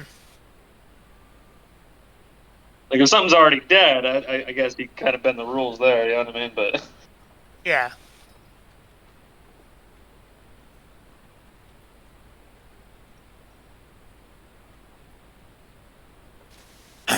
Yep.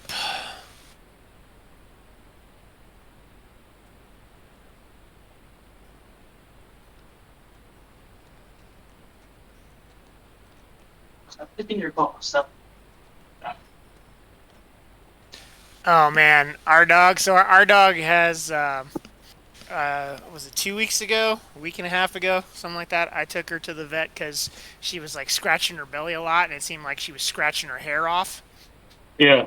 And so I'm like, yeah, she's got something a little irritated. So we started giving her, like some Claritin, and they gave us some goop to put on her, and that's sort of semi been successful. But then, of course, immediately she started licking her paw again, which she's done in the past, and now she's got this big like scab on her paw from over licking. So, like, Jesus Christ, what? Oh, that's what I forgot to do when we went shopping earlier. I forgot to. Gotta get a cone. Well, no, I mean I've got a comb. I mean, so she doesn't have fleas because she takes her we give her that 3-way pill that does heartworm, ticks, and fleas. So she takes that every month. But I was beginning to wonder if she was allergic to something because at night we give her a little bit of wet dog food. So I'm wondering if I'm giving her something that she's just allergic to, or what the deal is. I don't know, but. Yeah, it's been a little frustrating because it's like, damn, we've encountered this paw licking thing. I think this would be the third time. And Every time my dog's done that, like to the point where he licked his skin raw, like yeah, I've never found a cause. It was just right. Just did it one day. Yeah. No, yeah, that's just it. Is she just keeps on, and it's always her front left paw.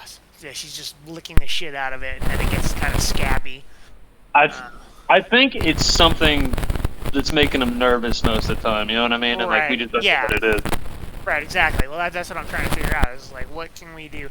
I feel like what I need to do is take my dog out, like to the dog park, get her to run around more, and then maybe she won't have enough energy to lick herself obsessively. But the last time I tried to take her out, she was like, I can take her out in the backyard and she'll zip around the backyard a bunch. But I feel like that's, while that might be good for tiring her out in the short term, it's not enough. Yeah. So, but when I tried to take her, she was like, "Nope, fuck that. I'm going back upstairs." But my wife was like, "Well, maybe she thinks you're gonna take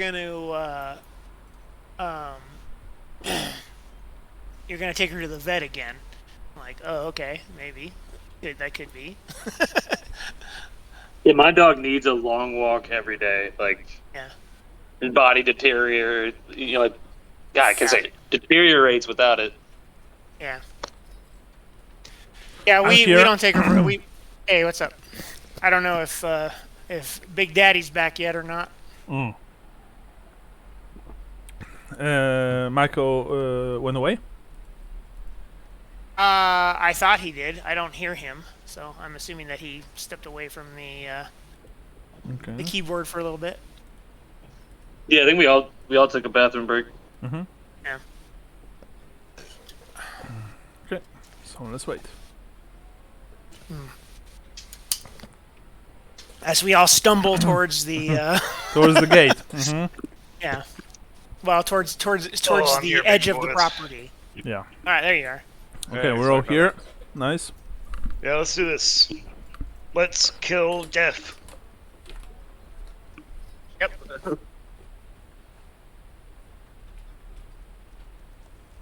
I didn't hear enough enthusiasm there, boys.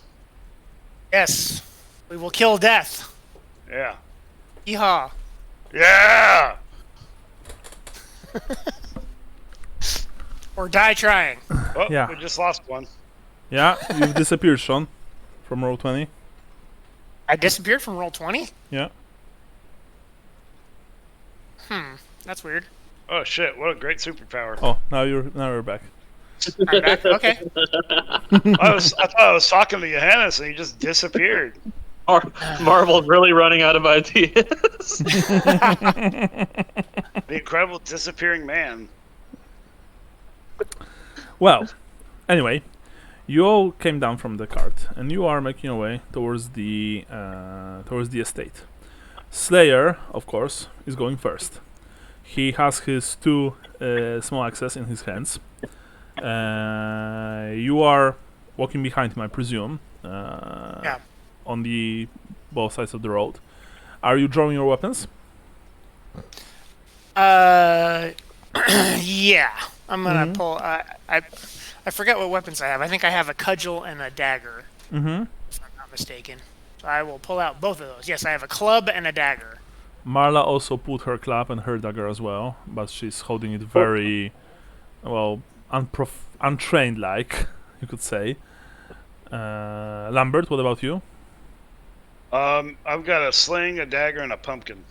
Okay. So what are you preparing in that case? I'm gonna ready the pumpkin. Okay. You are reading the pumpkin, sure.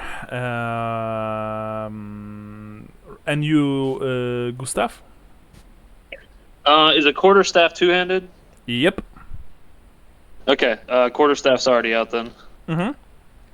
But I'm just holding it like a walking stick. Okay.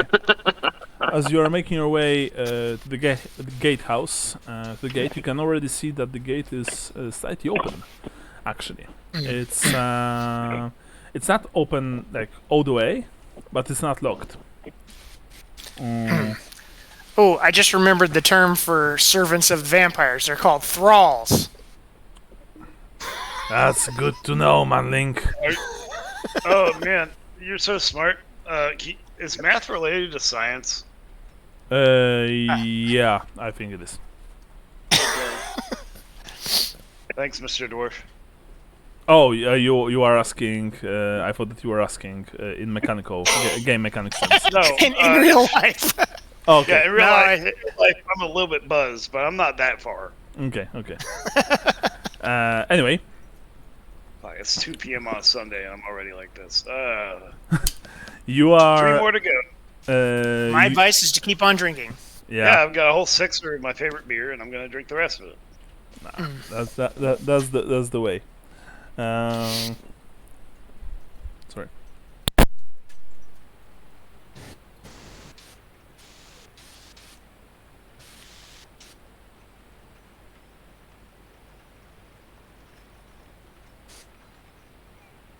I really like this medieval I'm here. ASMR. Okay. So once you are right next to the gate, you can see the interior of the place, and there's of course gatehouse. There's the the entry is from an elaborate gatehouse which leads into a courtyard containing outbuildings, a barn with attached stables, and the house itself. The house, as I said before, has a crumbling stone tower rising 2 stories. The gatehouse door is open, and 2 carts, minus horses, can be seen within, although their cargoes are covered by heavy tarps. You enter the gatehouse, I presume, all of you. Yes. Mm-hmm. In that case, everyone roll me perception test. Aha. Ooh, for the dwarf, nice, and for Marla, Yeah! 69. Oh shit. For That's Marla, twice this game. I think she failed. I only see Marla. That's all I'm seeing. Yeah, she failed. She has a very. By the way, Brian, we'll need to spend her XP at some point. It will be your job, I think. I mean, just like with Gennaro. Okay? Okay, like out of my XP. No. She's getting No. just like with Jean. She gets her own XP. Just Okay. you should be the one to spend it, as you Okay. see fit, probably. All right. Do we So, know what she's currently at? sorry, what? Do we know her current XP? Yeah, I've noted it on her character sheet. Okay. Yeah. So, Gustav, you failed, I presume. Johannes, you failed, I presume. Yes. Lambert, Yeah. 69, failed. And only. The only thing Lambert sees is Marla. Yeah. The dwarf suddenly says, "You hear that, manlings? There's a screaming coming from that barn," and he points his meaty finger towards the nearby barn. By the way, Go get him, Tiger. as I said before, I need someone to watch me back. I'm sure that you I'll are watch your back. up to the task. However, it would be probably wise, and he points another finger towards the carts, to check those carts, eh? See what's on them? You guys check the carts. I'll follow our friend here. Alright, so, Johannes, you are moving behind Usadlun towards the barn. And Marla, Gustav, you and Marla and Lambert, you are staying in the gatehouse. Are you checking the carts? Yeah. You are, Gustav, since you told us that, you are pulling the heavy tarp from one of them, and you see what's on them. It's a collection of recently excavated skeletons. Many with skulls and rib cages still packed with damp earth.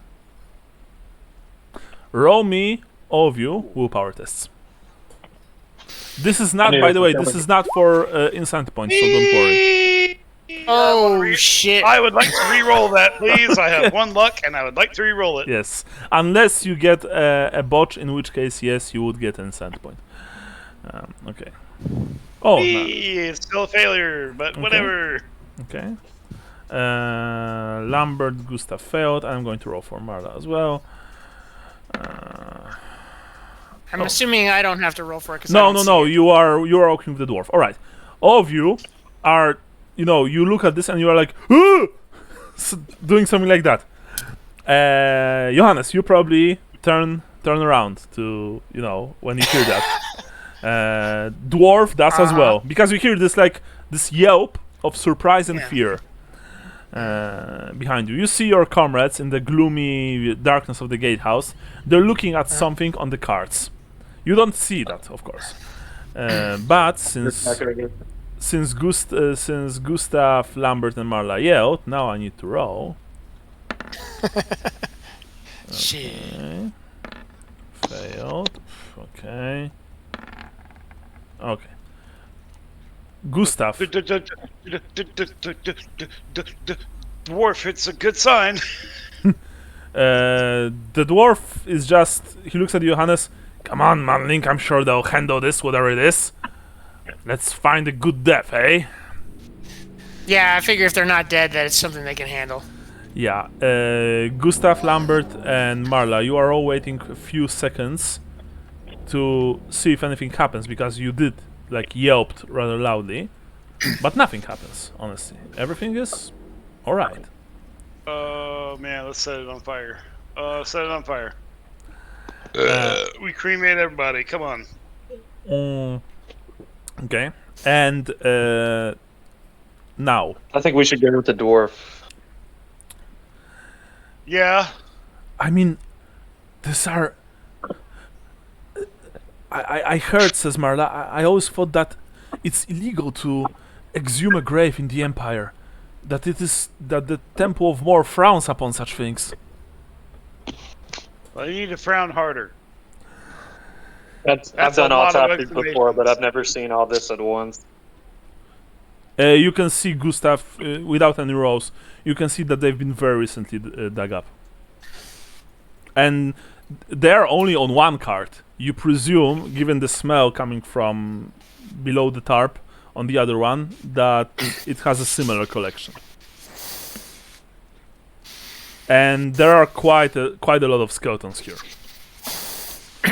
We could set this fucker on fire. Yeah, I don't want to meta game here, so I just want to ask: Would I have any suspicion that this is going to be used against us shortly later? Against you? Yeah, Necromancy. I don't really know what a vampire is, so I'm trying to think through. It's gross. It's a bunch of bodies. It's Mm-hmm. Somebody here is sick, but. Well, unless you have a necromancy, you don't know that. And necromancy is a very specialized skill.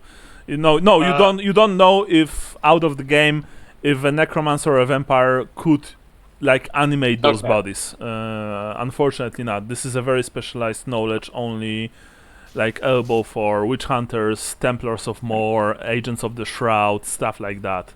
This is not common knowledge in the old world, because it is, in all honesty, just forbidden. That's why it's so scary for common people to find something like that. Yeah. Sorry, you were saying something? I interrupted you. I think we should go with the dwarf then. It's like back in the day, in the 50s, you'd go get some Halloween decorations and it'd just be a spooky skeleton. Because back then, not a lot of people knew about necromancy. And nowadays, in the year 2023, a lot of people know about necromancy. So you got to go far beyond that. Yeah, that's true. Johannes, you and the dwarf, you are approaching the barn. And first of all, I need to roll once again. I need to roll the 100. And I presume that he failed. Let's need to quickly do that.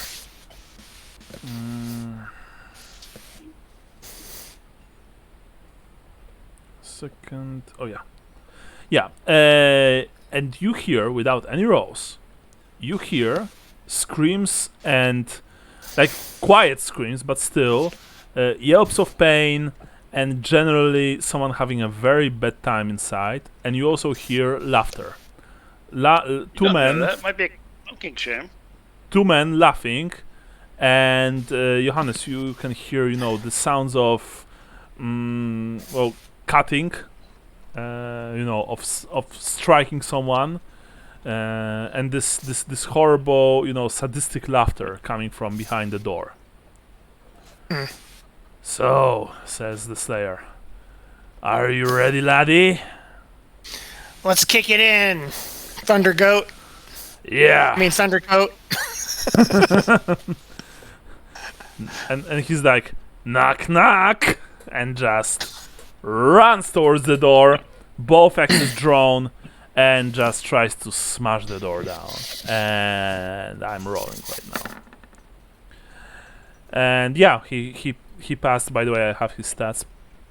Holy fuck. Yep. Yeah. And he simply just charged in through the door completely. There's a door-shaped hole in the door. Yeah, the door explodes inwards in a shower of splinters, and you can only hear the panic shouts of 2 or maybe 3 men, and this crazy yelling of this berserker dwarf. And yeah, the 2 guys inside are completely surprised, but we are now entering initiative, and I will need the guy who makes the notes to note everything, because this is going to be a lot of stuff happening all at once. So remember, initiative is D10 plus your agility.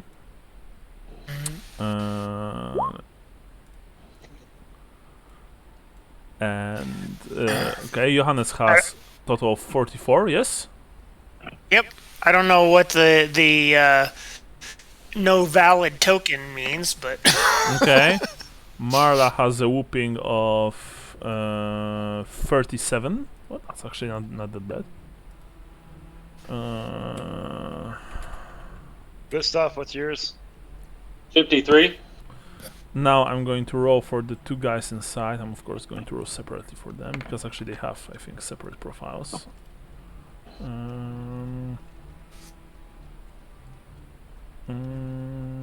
Actually no, they funny enough they have a common profile, and that's... Oh no, they don't. Okay, so one has 30, and the other one has... Woo! oh shit. And the other one has 58. God damn it. Second. Yeah, 30 and 58. I still need to roll mine. What's that? And I also... Okay. We also need the dwarf. The dwarf... Yeah, I'm going to roll for him not right now. The dwarf rolls... Oh, yeah, 39.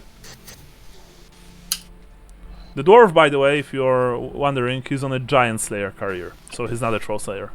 Oh, fuck. Okay. He's level up. But he still has a shitty agility, as Alright, all dwarves do. What do I need to roll here? You roll D10 and you add your agility. Okay. 3 plus my agility. So 54. 54, okay, so know that. And I still have 2 rolls, but I'm not going to tell you... actually, I still have 3 rolls, but I'm not going to tell you which... for whom they are exactly, because, well, I can't yet. But you can say, I don't know, NPC 1 has 52. Alright, 1 sec. Okay. Alright. Actually, I have my notes here, my secret notes. For fuck's sake, I can use them. 52. Yeah. Sorry, this will now slow down a smudge. But this is a large brawl, so. Into 58. Okay.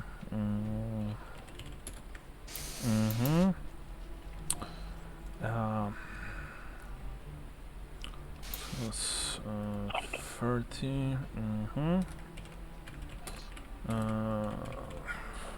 Now another one. This you can call NPC. I don't know, 2 maybe.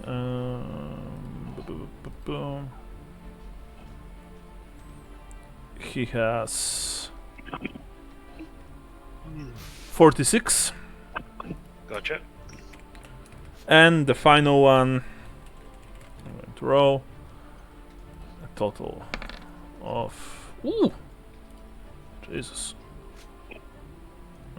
That's quite a surprise. 34. 34.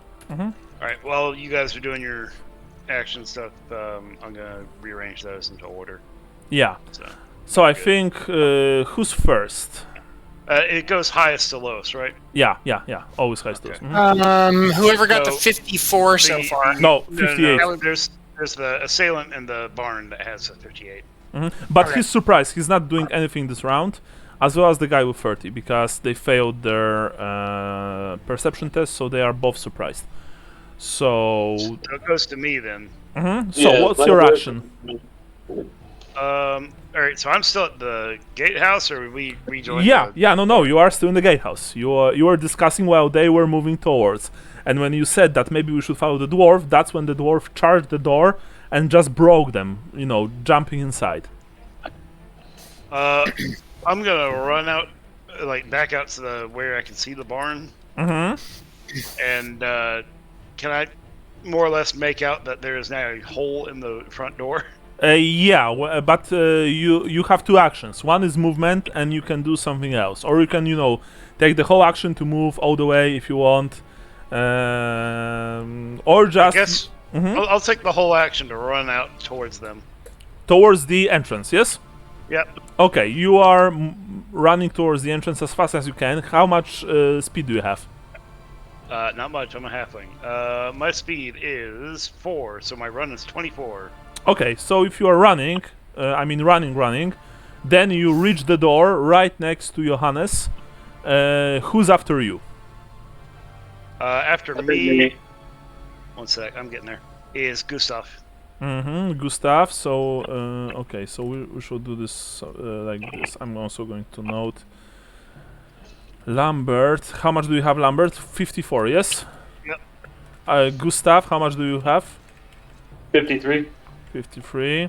After that will be the NPC with 52. After that will be NPC with 46, I presume. Yes. Correct me if I'm wrong, yes. Michael. I'm trying to do the same thing, so it's just confusing. Let me get it down, and then I'll just send it Sure. to you. Just paste it into the chat. Okay, All Gustav, what are you going to do? You see that Lambert run as fast as he can on his short legs towards the broken entrance to the barn. I'm following. Is there another entrance or just the one?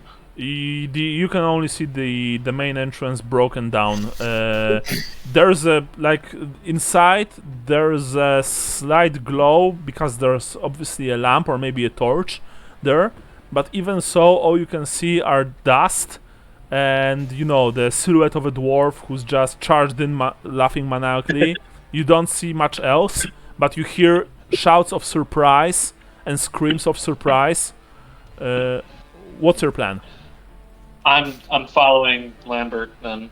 Okay, so you're also running as fast as you can, sure. Now, remember when I told you that aside from the barn, there was also the tower, the stables, and the stables.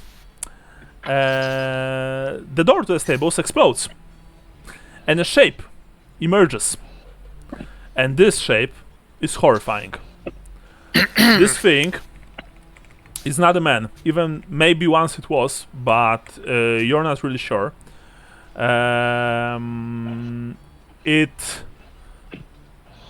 It has this heavy chain around its neck, which is so long that it holds it in the in its long apish arms like a weapon. It has some kind of tattered leather jack, perhaps. And it's just horrifying. It's like an amalgam of a man and a beast. It has shabby brown fur. It's hunched, stooped, and it's just braying as it runs out to the courtyard, and then just tries to orientate itself by looking around, and just. Which thing is that? This is the 52. Gotcha. You can call it I'm just- Beastman if you want. Beast.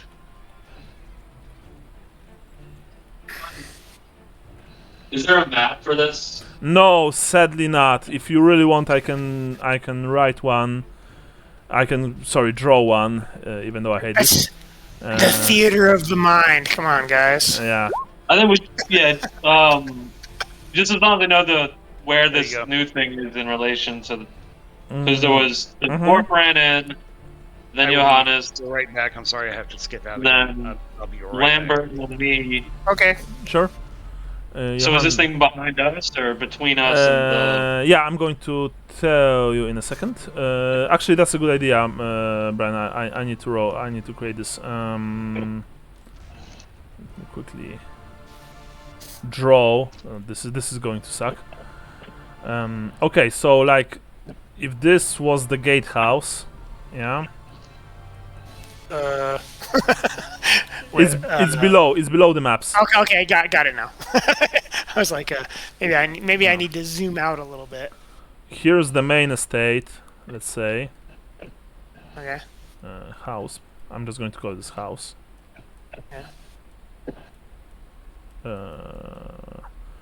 Here are like, here's the barn. I think that Michael went away a bit, but Yeah. he should be back. Barn. Okay, that's nice. Yeah, I'm sorry for that. It's just fucking horrifying. I know. Well, I mean, let's face it. Writing with a mouse is very difficult. Yeah. Yeah. I'm fully immersed. That's all that matters. Yes. And here are the stables. Okay.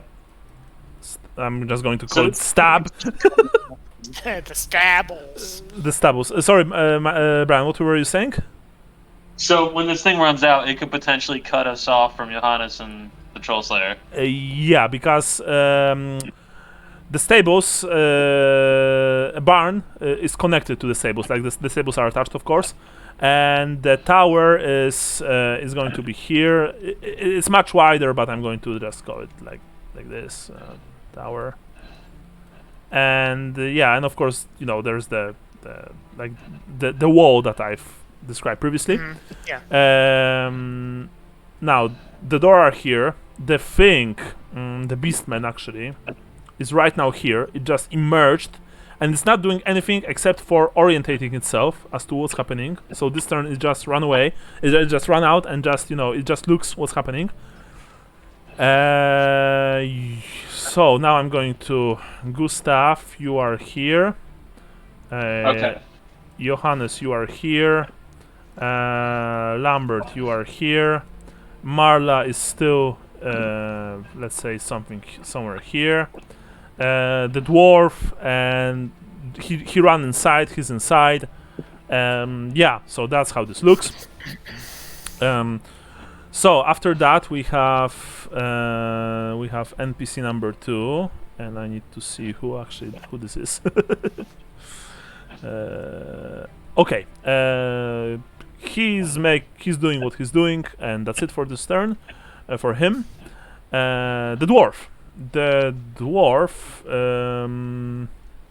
will charge one of the enemies inside, and I'm going to roll for him right now. You're not seeing this, by the way, because, like I said before, you are outside. But I'm going to, and I'm going to use luck for him. That's the quality that I expect from a Slayer, right?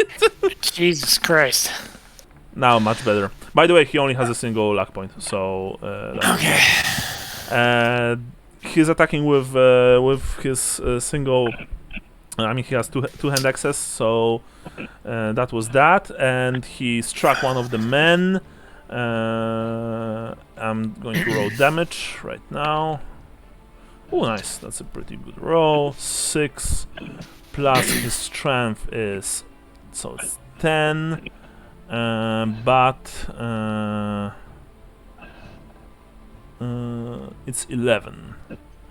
11, and the guy has. I need to roll which one, so I'm going to roll d10. Let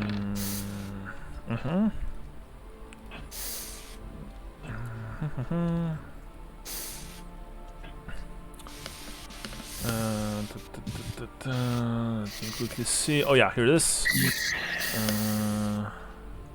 Where he struck him 25, so it's arm. Okay, so 7 total. Whoa! You hear a triumphant scream from inside, and you hear the clash of weapons and the scream of a man, a horrifying scream of someone just dealt probably a very hard blow. But you're not sure what's happening other than that. That was the dwarf. After the dwarf, we have Marla. Marla is running after you, Gustav, except she sees the thing on the courtyard and she screams, "Ah! Monster!" And she just runs towards you, Johannes and Lambert, to stick close to you. And then we have the NPC number 3, and they are doing their thing. I'm not going to tell exactly what right now.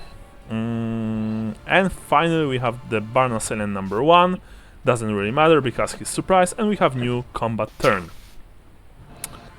Barn Assailant number 2 is going to fight the dwarf. He only has a single attack. Okay. Yeah, unfortunately, Warhammer combat can be quite lengthy, but it is what it is. And he failed just by a margin. Nice. Unless he has some kind of good.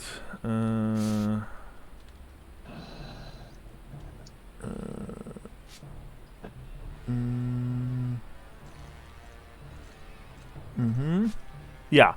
You hear the clash of weapons and you hear, "I'm gonna kill you, fucking midget!" Something like that. Then we have Lambert.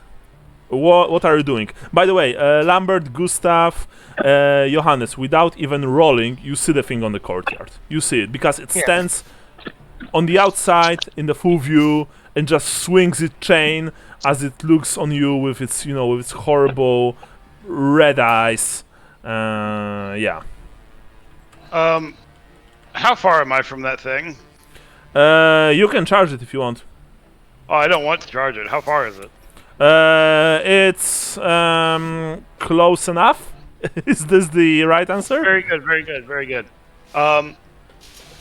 What do I need to roll to throw a pumpkin? Ballistic skill. Yeah, ballistic skill. Cool. Oh, What? sorry. This thing has goat legs and goat's head with burning red eyes. He has a metal collar around its neck, which trails a length of chain. And when it emerges, you hear the growl. "Master, you are not master. You are meat. Gryle is always happy to see new meat." Yeah, that's that. So, do you want to roll, Michael? Yeah, I'm gonna shout, "Get fucked, Gryle!" and throw this as hard as I can at its legs. Okay, roll. I'm trying to break this thing's knee. I was gonna say how a pump. Yeah. Wait, how much damage does a pumpkin do? If you make a cold shot, that's luck. Yeah, that's it. It will be even harder. You can roll luck if you have it. Let me see. Where's my? I thought you used your last one. Yeah, I used my last one. Yeah. Yeah. You throw the pumpkin as hard as you can, but it smashed to the ground right next to this thing's legs. It split apart. The thing looks at the pumpkin, looks at you, and just. That's. I am a witty fucker. All right. I'm gonna shout. I'm like, "That's gonna be you." and just. Yeah. Damn it. What are you gonna do, brother? That's your face. I forgot my gold. I forgot my gold grease paint, so I can't be gold dust. Yeah. After that, we have Gustav. Gustav, what are you doing? There's a door on the barn, I'm guessing. No, well, the door to the barn is broken, as I said before. The dwarf smashed through the door completely. The door, like a single wing of the door, hangs on a single, like, what's the word, latch, the Hinge. Hinge, thank you. The Hinge, other one yeah. lays on the ground. The door is completely destroyed. Is Johannes inside or outside the barn? No, all of you are still outside. The only person inside is the dwarf. I'm gonna grab Lambert, like, around the shoulder and pull him inside with me. Okay, so that's that's a counter strength test. Okay. You both roll strength. The one who wins, well, wins. Nice. Lambert, roll. If both of you fail, then you roll until one succeeds, by the way. Just unless one botches, of course. Then, yeah. I could use the luck one. Yeah, Michael, you rolled or not? What am I supposed to be rolling here? Sorry. Strength. Strength. Strength. Yep. No, you continue to roll, please, until one of you wins or until one of you botches. Nice. Oh. Gustav. Okay. You've passed. Strength. I don't think. No. No. You try to. You can use luck if you wish, but Lambert is surprisingly sturdy and he doesn't want to be pulled inside. I will try to use. Yeah, I'll use a luck. Okay, I sure. have 2 left. Mhm. I have 2 left after this. Sure. Trying to save your ass, dude. Damn it. No, he doesn't want to budge, unfortunately. He stiff arms you. Yeah, exactly. Happen. Wait a second, I need to enter this here, and I need to enter this here, so I'm not going to get... And... okay, this. Do I have time to say everyone inside? Yeah, of course, you have. Okay. After that is the Beastman, and the Beastman charges. He has 4 targets, so I'm going to roll d4. 1 Marla. He charges Marla. God damn it. Growls like, meat! And he just swings his chain as he charges the girl who is essentially screaming her lungs out as she sees a murderous, unholy abomination rushing her with the chain Is out. there anything I can do? No, unfortunately Shit. not. And yeah, he hits her 42. I believe it's. I think it's still arm. And let's see how much. Shrooms. It's using the chain like a whip. He uses the chain to Like a flail or rather something? catch her, not to strike her, not to. Oh, he's trying to entangle her? Yeah, exactly that. That. And I need rolls for the whip in that manner because.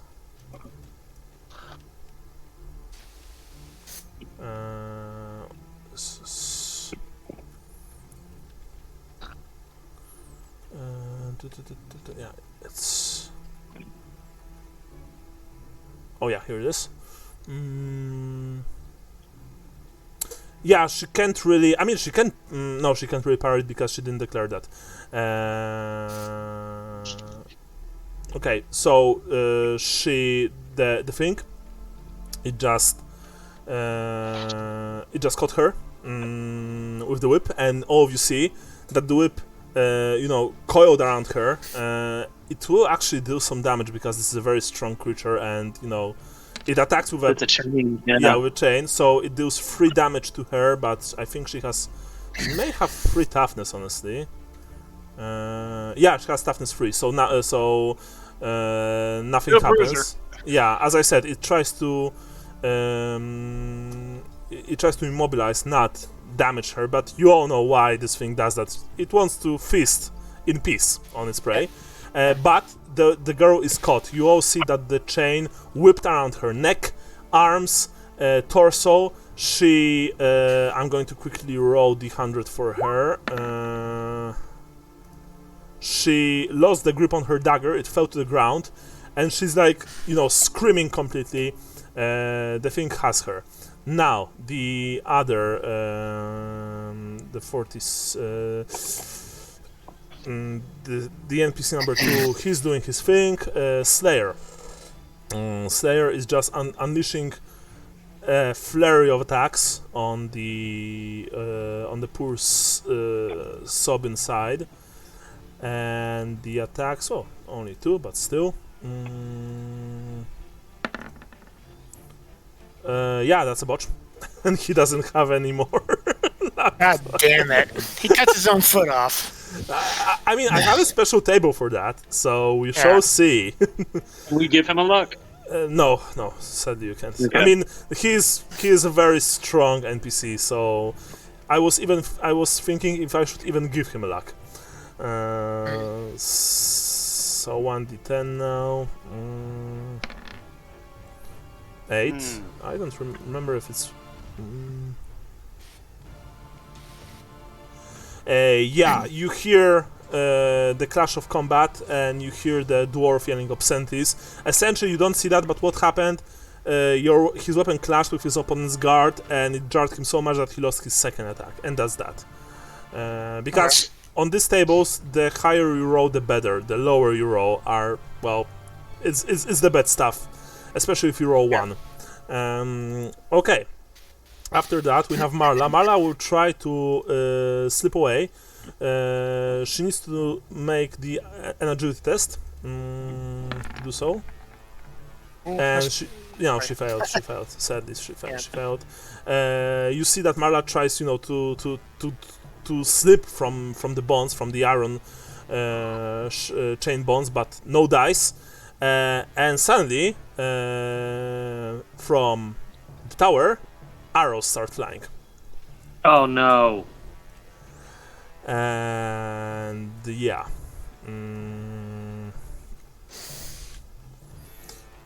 That said, the arrowmen in question, they are all rather poor. Yeah. Oh, very poor even. 20 ballistic skill. Oh, That's even worse than me. skeletons. Actually, Gustav, Johannes, and Lambert, you have 3 perception tests, and you don't have to worry about botches. Okay. That said, it's minus 5%. God damn it.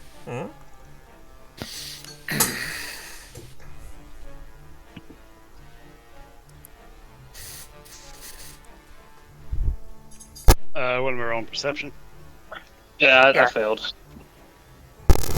Okay. Woohoo!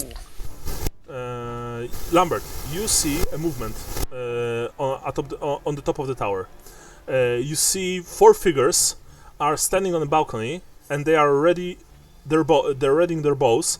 They look strange. You don't see the details, but they look very thin, and their movements are incredibly jerky. Got it. This is on top of the crumbly stone tower, right? Yeah, exactly that. Cool. Okay. Gotta play Jenga. Oh, I got it, boys. I got it. And I need to roll. Actually, I'm just one will shoot each of you. So let's start with Marla. The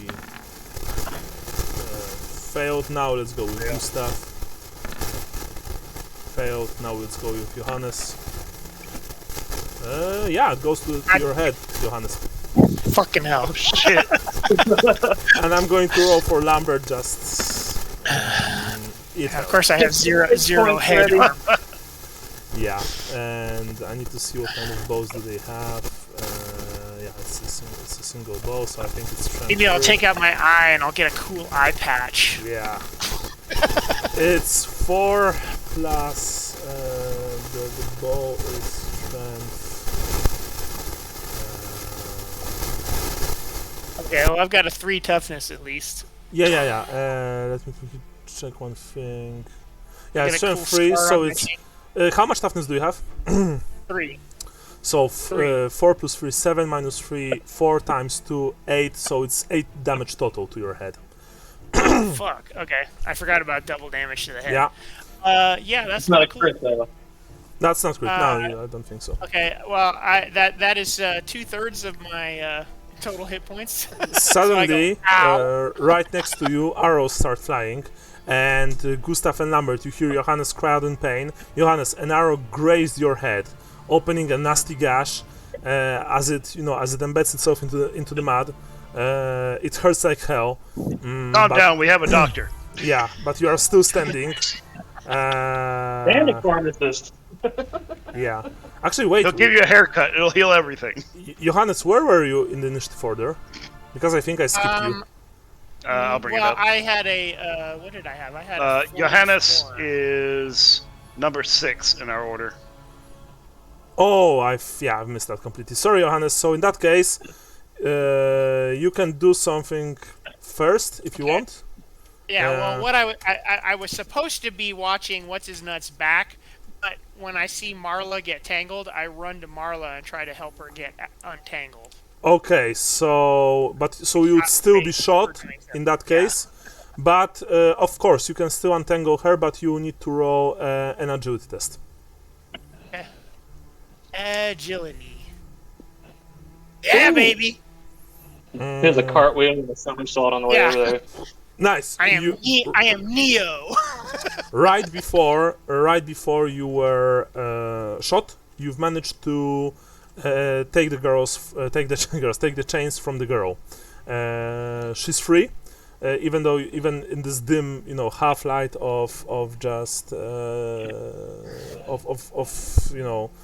of night coming, you see that she has heavy bruising on her neck. Of course, the beastman just roared angrily. Yeah, and now we have burn assignment number 1, and he will attack the dwarf. I'm going to laugh if actually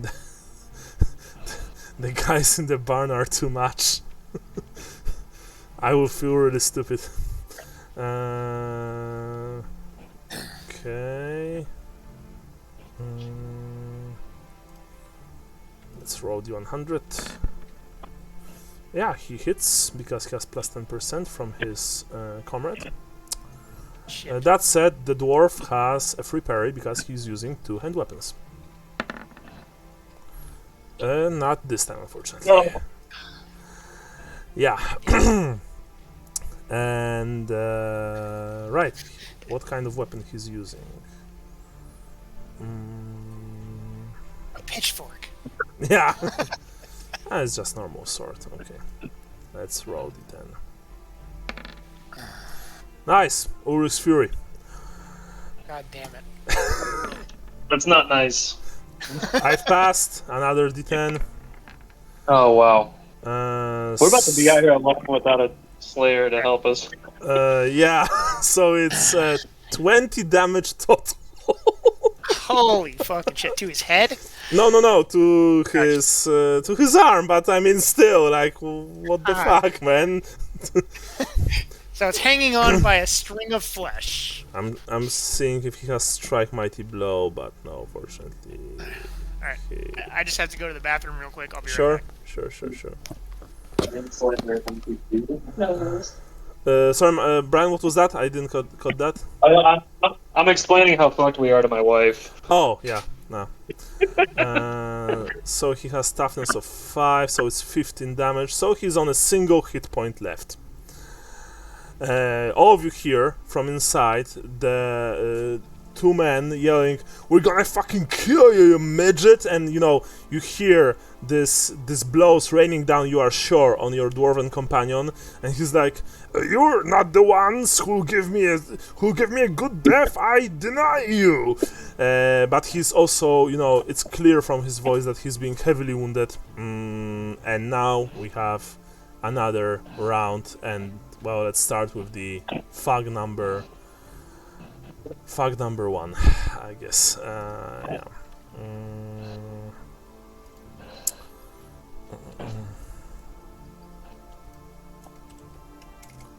Wait a second. Right, heroes. Yeah, the strike goes, but the dwarf can parry, of course, with. Or maybe he should parry because he has dodge, but he has way better chance at parrying stuff. So I'm wrong. And he parried this blow. Nice. He parried this blow. So all good, all good.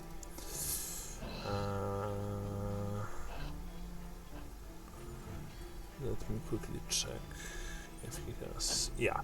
After that we have Lambert. Lambert, what are you doing? I am. All right.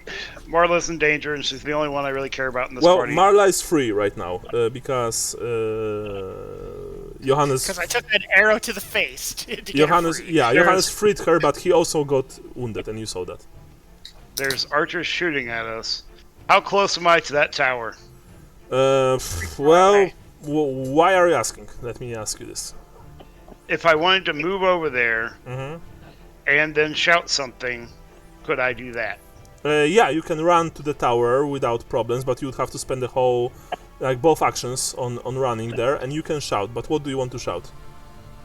I'm gonna use my career as an agitator to try and taunt that fucking beastman into attacking me, into charging me at this tower, and hopefully before he can get to me, I can dodge him.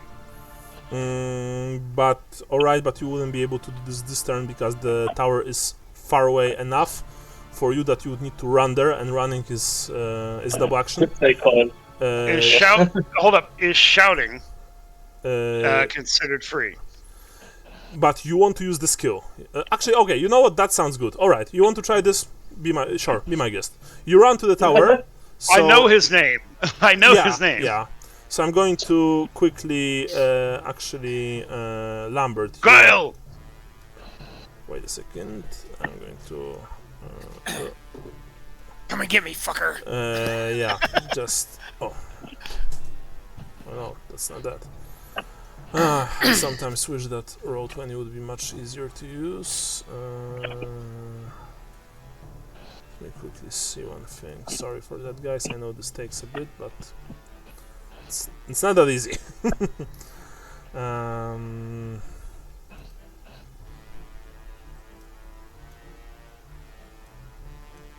Okay, you know what? I'm just going to do this. You are making your way somewhere here. Okay? You see that on the map? Alright. I gotta pull up the map. Yeah. It's at the bottom. Okay, I see it. Yeah. Marla is where she was before. Actually, no, sorry. Marla was where she was before. She went here. Yeah. And Johannes, you are right next to her. So yeah, Lambert, you've skiddled across the courtyard, past the beastman. You've jumped over his flaccid chain towards the tower, and you are trying to taunt him. Right. If you want to do this, please roll. And I would like to shout really quick. Grail! Master sent me as your feast. You go after that twig? I'm packed with beer and sausage. Come get me, you fucker. I'm a running buffet. Okay. Roll, in that case. Roll your... And what am I doing here? Charm, I guess? Yeah. And let's say that you have plus 10% to that. Because you look tasty. Yeah. Fuck. Oh, Fuck man. you. Oh, fuck. I have no luck. Yeah. The Grail doesn't take any interest in you, but someone else will. Well, at least there's some fish left in the sea for me. Yeah. How much health do you have left, Johannes? I have 4 out of my original 12. You have 4 left. Okay. Oh. Yeah. Right. After that, after this, sadly failed try, we have Gustav. Gustav, what are you doing? The arrows are flying down on you guys. This monster has a chain around its neck. It has an iron collar, and the chain is attached to the iron collar. Can I hold my action and try and grab the chain if he goes for Lambert's bait, so I can yank it back? I mean, you can do the hold action, then you have a single action left at the end of the turn, and then you can do something with that action. You essentially act last. Okay, yeah. But it doesn't, like, you won't be able to interrupt him if you will want to do something. You just... I won't be able to grab the chain. I mean, you can, if you have the book. I don't remember how exactly the the wait action works. But if I recall correctly, you essentially act last always. Yeah, you're just putting yourself in the later in the initiative order. Yeah. For that Okay. round. Yeah. Then that might not work out. Actually, wait. I have it here. It's a single action. You end your turn, waiting, holding your second action for later. No, actually, you can do this action at any time before starting your next turn. So you can, yes, you can interrupt in a way, of course. Yeah. So, like, you know what I'm trying to do? Like, if Yeah. it takes off running, I want to try and grab the chain behind it and yank it back. And... But are you close enough? That's the thing. I think you are close enough. Let's say that you are close enough. Sure. Yeah. Okay. Let's make this interesting. Okay. So you are waiting for the beast to do something, and now it's the beast actually. And the beast once again will try to use the chain. And this time it has only actually 3 potential targets because it doesn't care about numbers. So I'm going to use D6, with 1, 2 being Marla, 3, 2 being Gustav, and 4 with 1, 2, 3, 4, and 5, 6 being Johannes.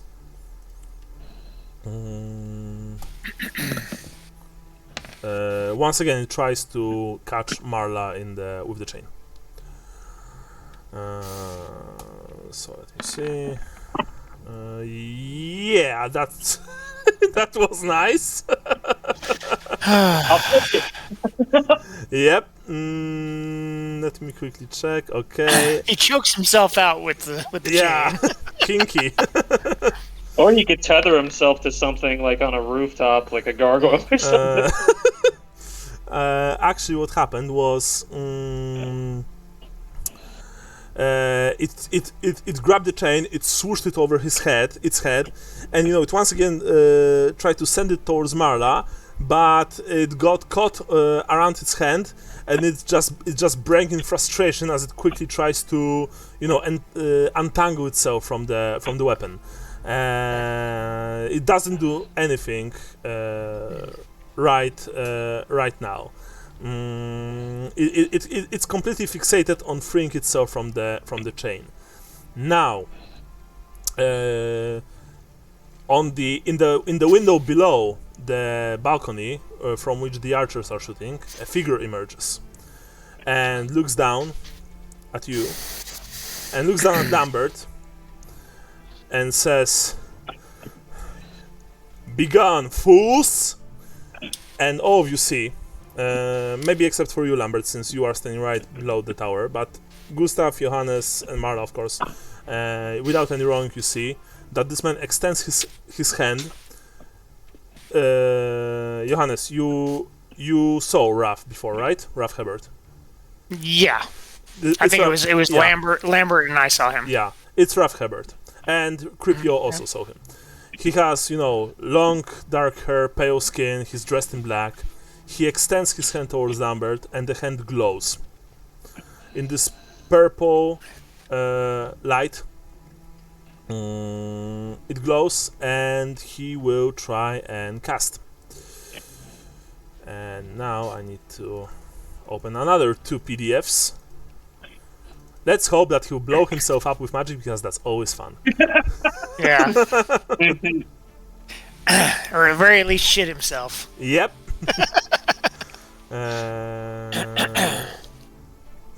Oh yeah, it's not here, it's here. Oh yeah, like the brown wind, yes? Yes, the brown wind of magic. But yes, having played a wizard who successfully blew himself up. That was fun. I have it here, and I need to open the magic book. Jesus Christ, there are so many fucking books to use. Yeah. Yes, the magic system is not streamlined. No, it's really not. I mean, it's not bad, but it's really not. No, it's a good system. It's just you got to look a lot of places for stuff.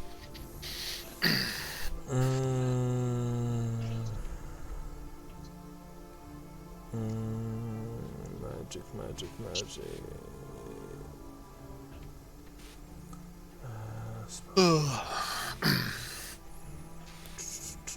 Just give me a second.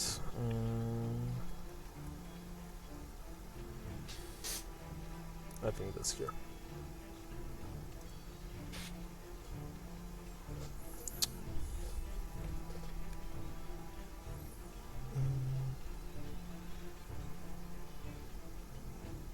Oh, that's right. That was only for this. Okay. Sorry. I have it now. We're all good. Let's see the funny necromantic spells that we can use.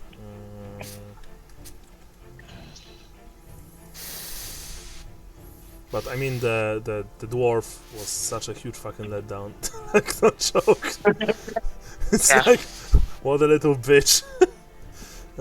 Is he dead? No, he's on a single HP. Oh, Jesus Christ! But yeah, I mean, I will of course use, the critical system. It's not like he'll go down immediately, but even so, I was just Jesus Christ. Yeah. We need to get in and help him or run. Yeah. I'm not sure I'd feel right leaving him.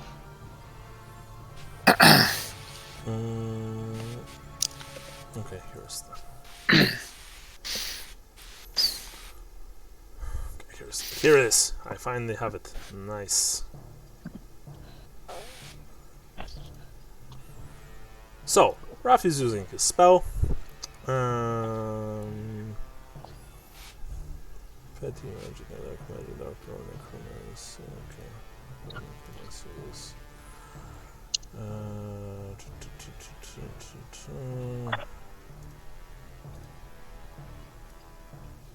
Can I interrupt? Right now? What do you want to do? Pray to the goddess of mercy. I mean, yeah, sure, you can. Yeah. If that's So what you want. I have a question. That's what I'm doing. Yeah? So in Warhammer, do spells have a vocal component? That I always treat. Yes, they have, because you can have a miscast which makes you mute and you can't cast spells then. Yeah. All right. So I have one thing to say before I die, and I think it will cheer everybody up. If somebody starts casting a spell, you could just make out with them extremely sloppily, and they would be canceled. They would be silenced. Okay. Yeah, sure. Like, there's really nothing else I can do, and I think that's something my character would. I mean, if bringing a little bit of prayer into this dark place affects that dice roll, then I'll do it.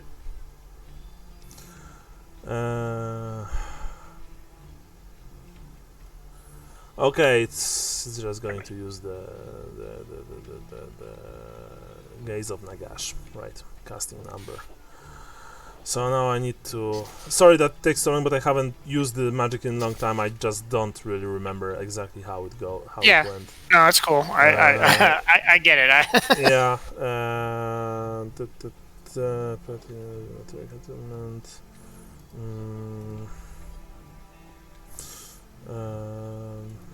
Right. So 2d10, I guess. One and the other. And he failed. Yeah. All that waiting just for me to fail. You see that, that his hand, it glowed this dark purple with this dark purple light, and he pointed towards Lambert, who's standing below the tower, but nothing happened. Nothing happened. You need to find Shalia. You fool! Manifestations, yeah. Okay. Oh yeah, here are advanced chaos manifestations, and I'm just going to see.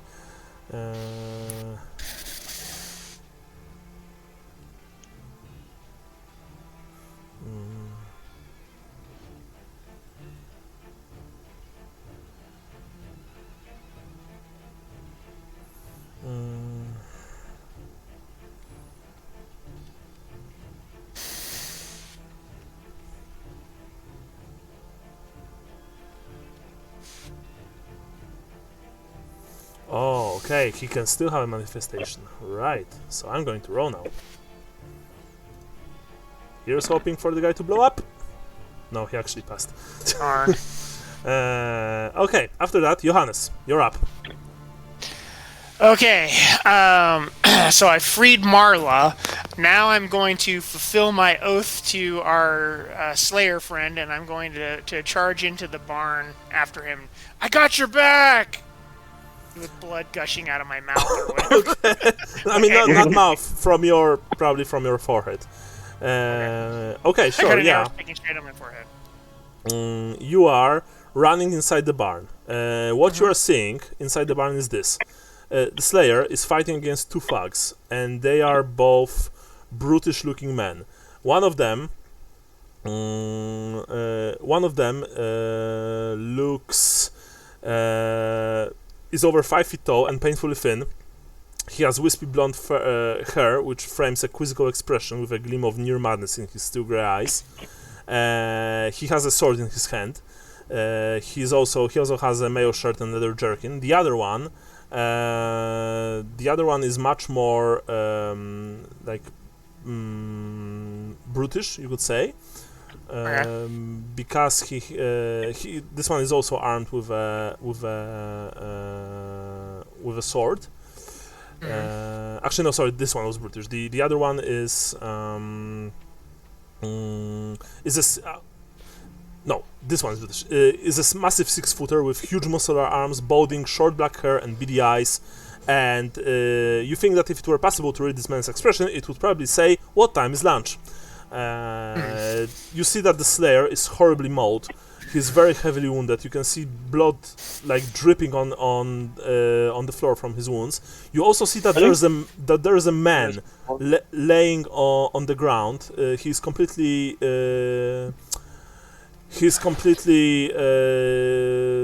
tied up, and it was clear that they were torturing him. He was probably the one to utter those screams that you've heard before.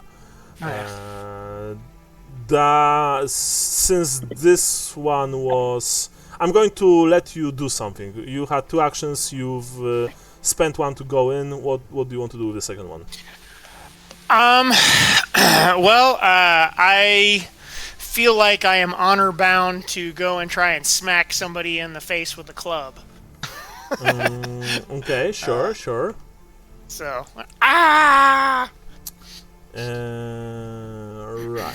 Right. I mean, you've used 1 action to go inside. You can't really charge because charging is double action, but you can do something else. Okay.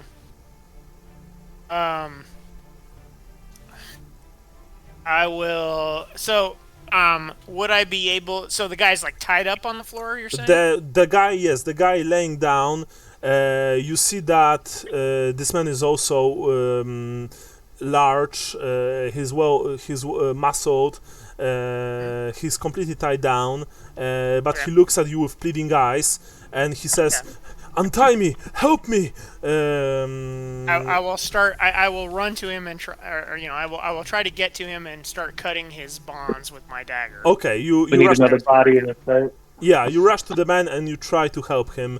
You see that he only has worn clothing, but as you approach him, you also see that this man, even though he's lying, it's clear that he probably knows how to handle himself in a fight. And you know, from the build of his frame, you would say that he was, or maybe even is, a soldier, a warrior type. That's what you are doing. The Slayer just yells uncontrollably. You know, he goes berserk. And he unloads a flurry of blows on one of his assailants. Actually, no, he strikes one and then he strikes the other one with his second blow. He's just trying to chop them up. So, first roll, he goes for the already wounded man, the guy with the wispy frame, wispy hair, sorry. And this man will probably try and dodge. He has dodge. Actually, he doesn't, so he will test half of his agility. The 100. Failed. The Slayer will now deal damage. Jesus Christ! What the fuck, man? Slayer sucks. Yeah, so it's a total. It's a total of. I think they really do. It's a total of 7 damage to the arm. Actually, he may do something a bit to him at least. Yeah, he nicked him essentially. And the second strike, I'm going to roll. Second strike unfortunately failed. Johannes, as you are approaching the lying man with your dagger to free him, you saw that the dwarf slayer, you know, he wounded one of the men, the already wounded one, the blonde one, but he failed to hit the other one successfully. You know, he just danced away with his sword up front. It's clear that the dwarf won't last long against those two. Now Marla. Marla is crying, run inside! They have archers! And she's just running inside the barn. I mean, that would probably be the sensible thing for her to do. The archers on top are starting to shoot again, and this time they only have, I believe, a single visible target, and that is Gustav. Because Marla is inside, Johannes is inside, Lambert is under the tower, so they can't hit him because he is below them. He's below the balcony. So that only makes you, Gustav, right? Yep. Yep. So let's see. Remember, it's only 20, so 69. Yes. That was a success anyway. The other one. All right. The other one. Oh, nice. That's a botch. But I'm going to roll for the last one. Then I'm going to resolve the botch. Yeah.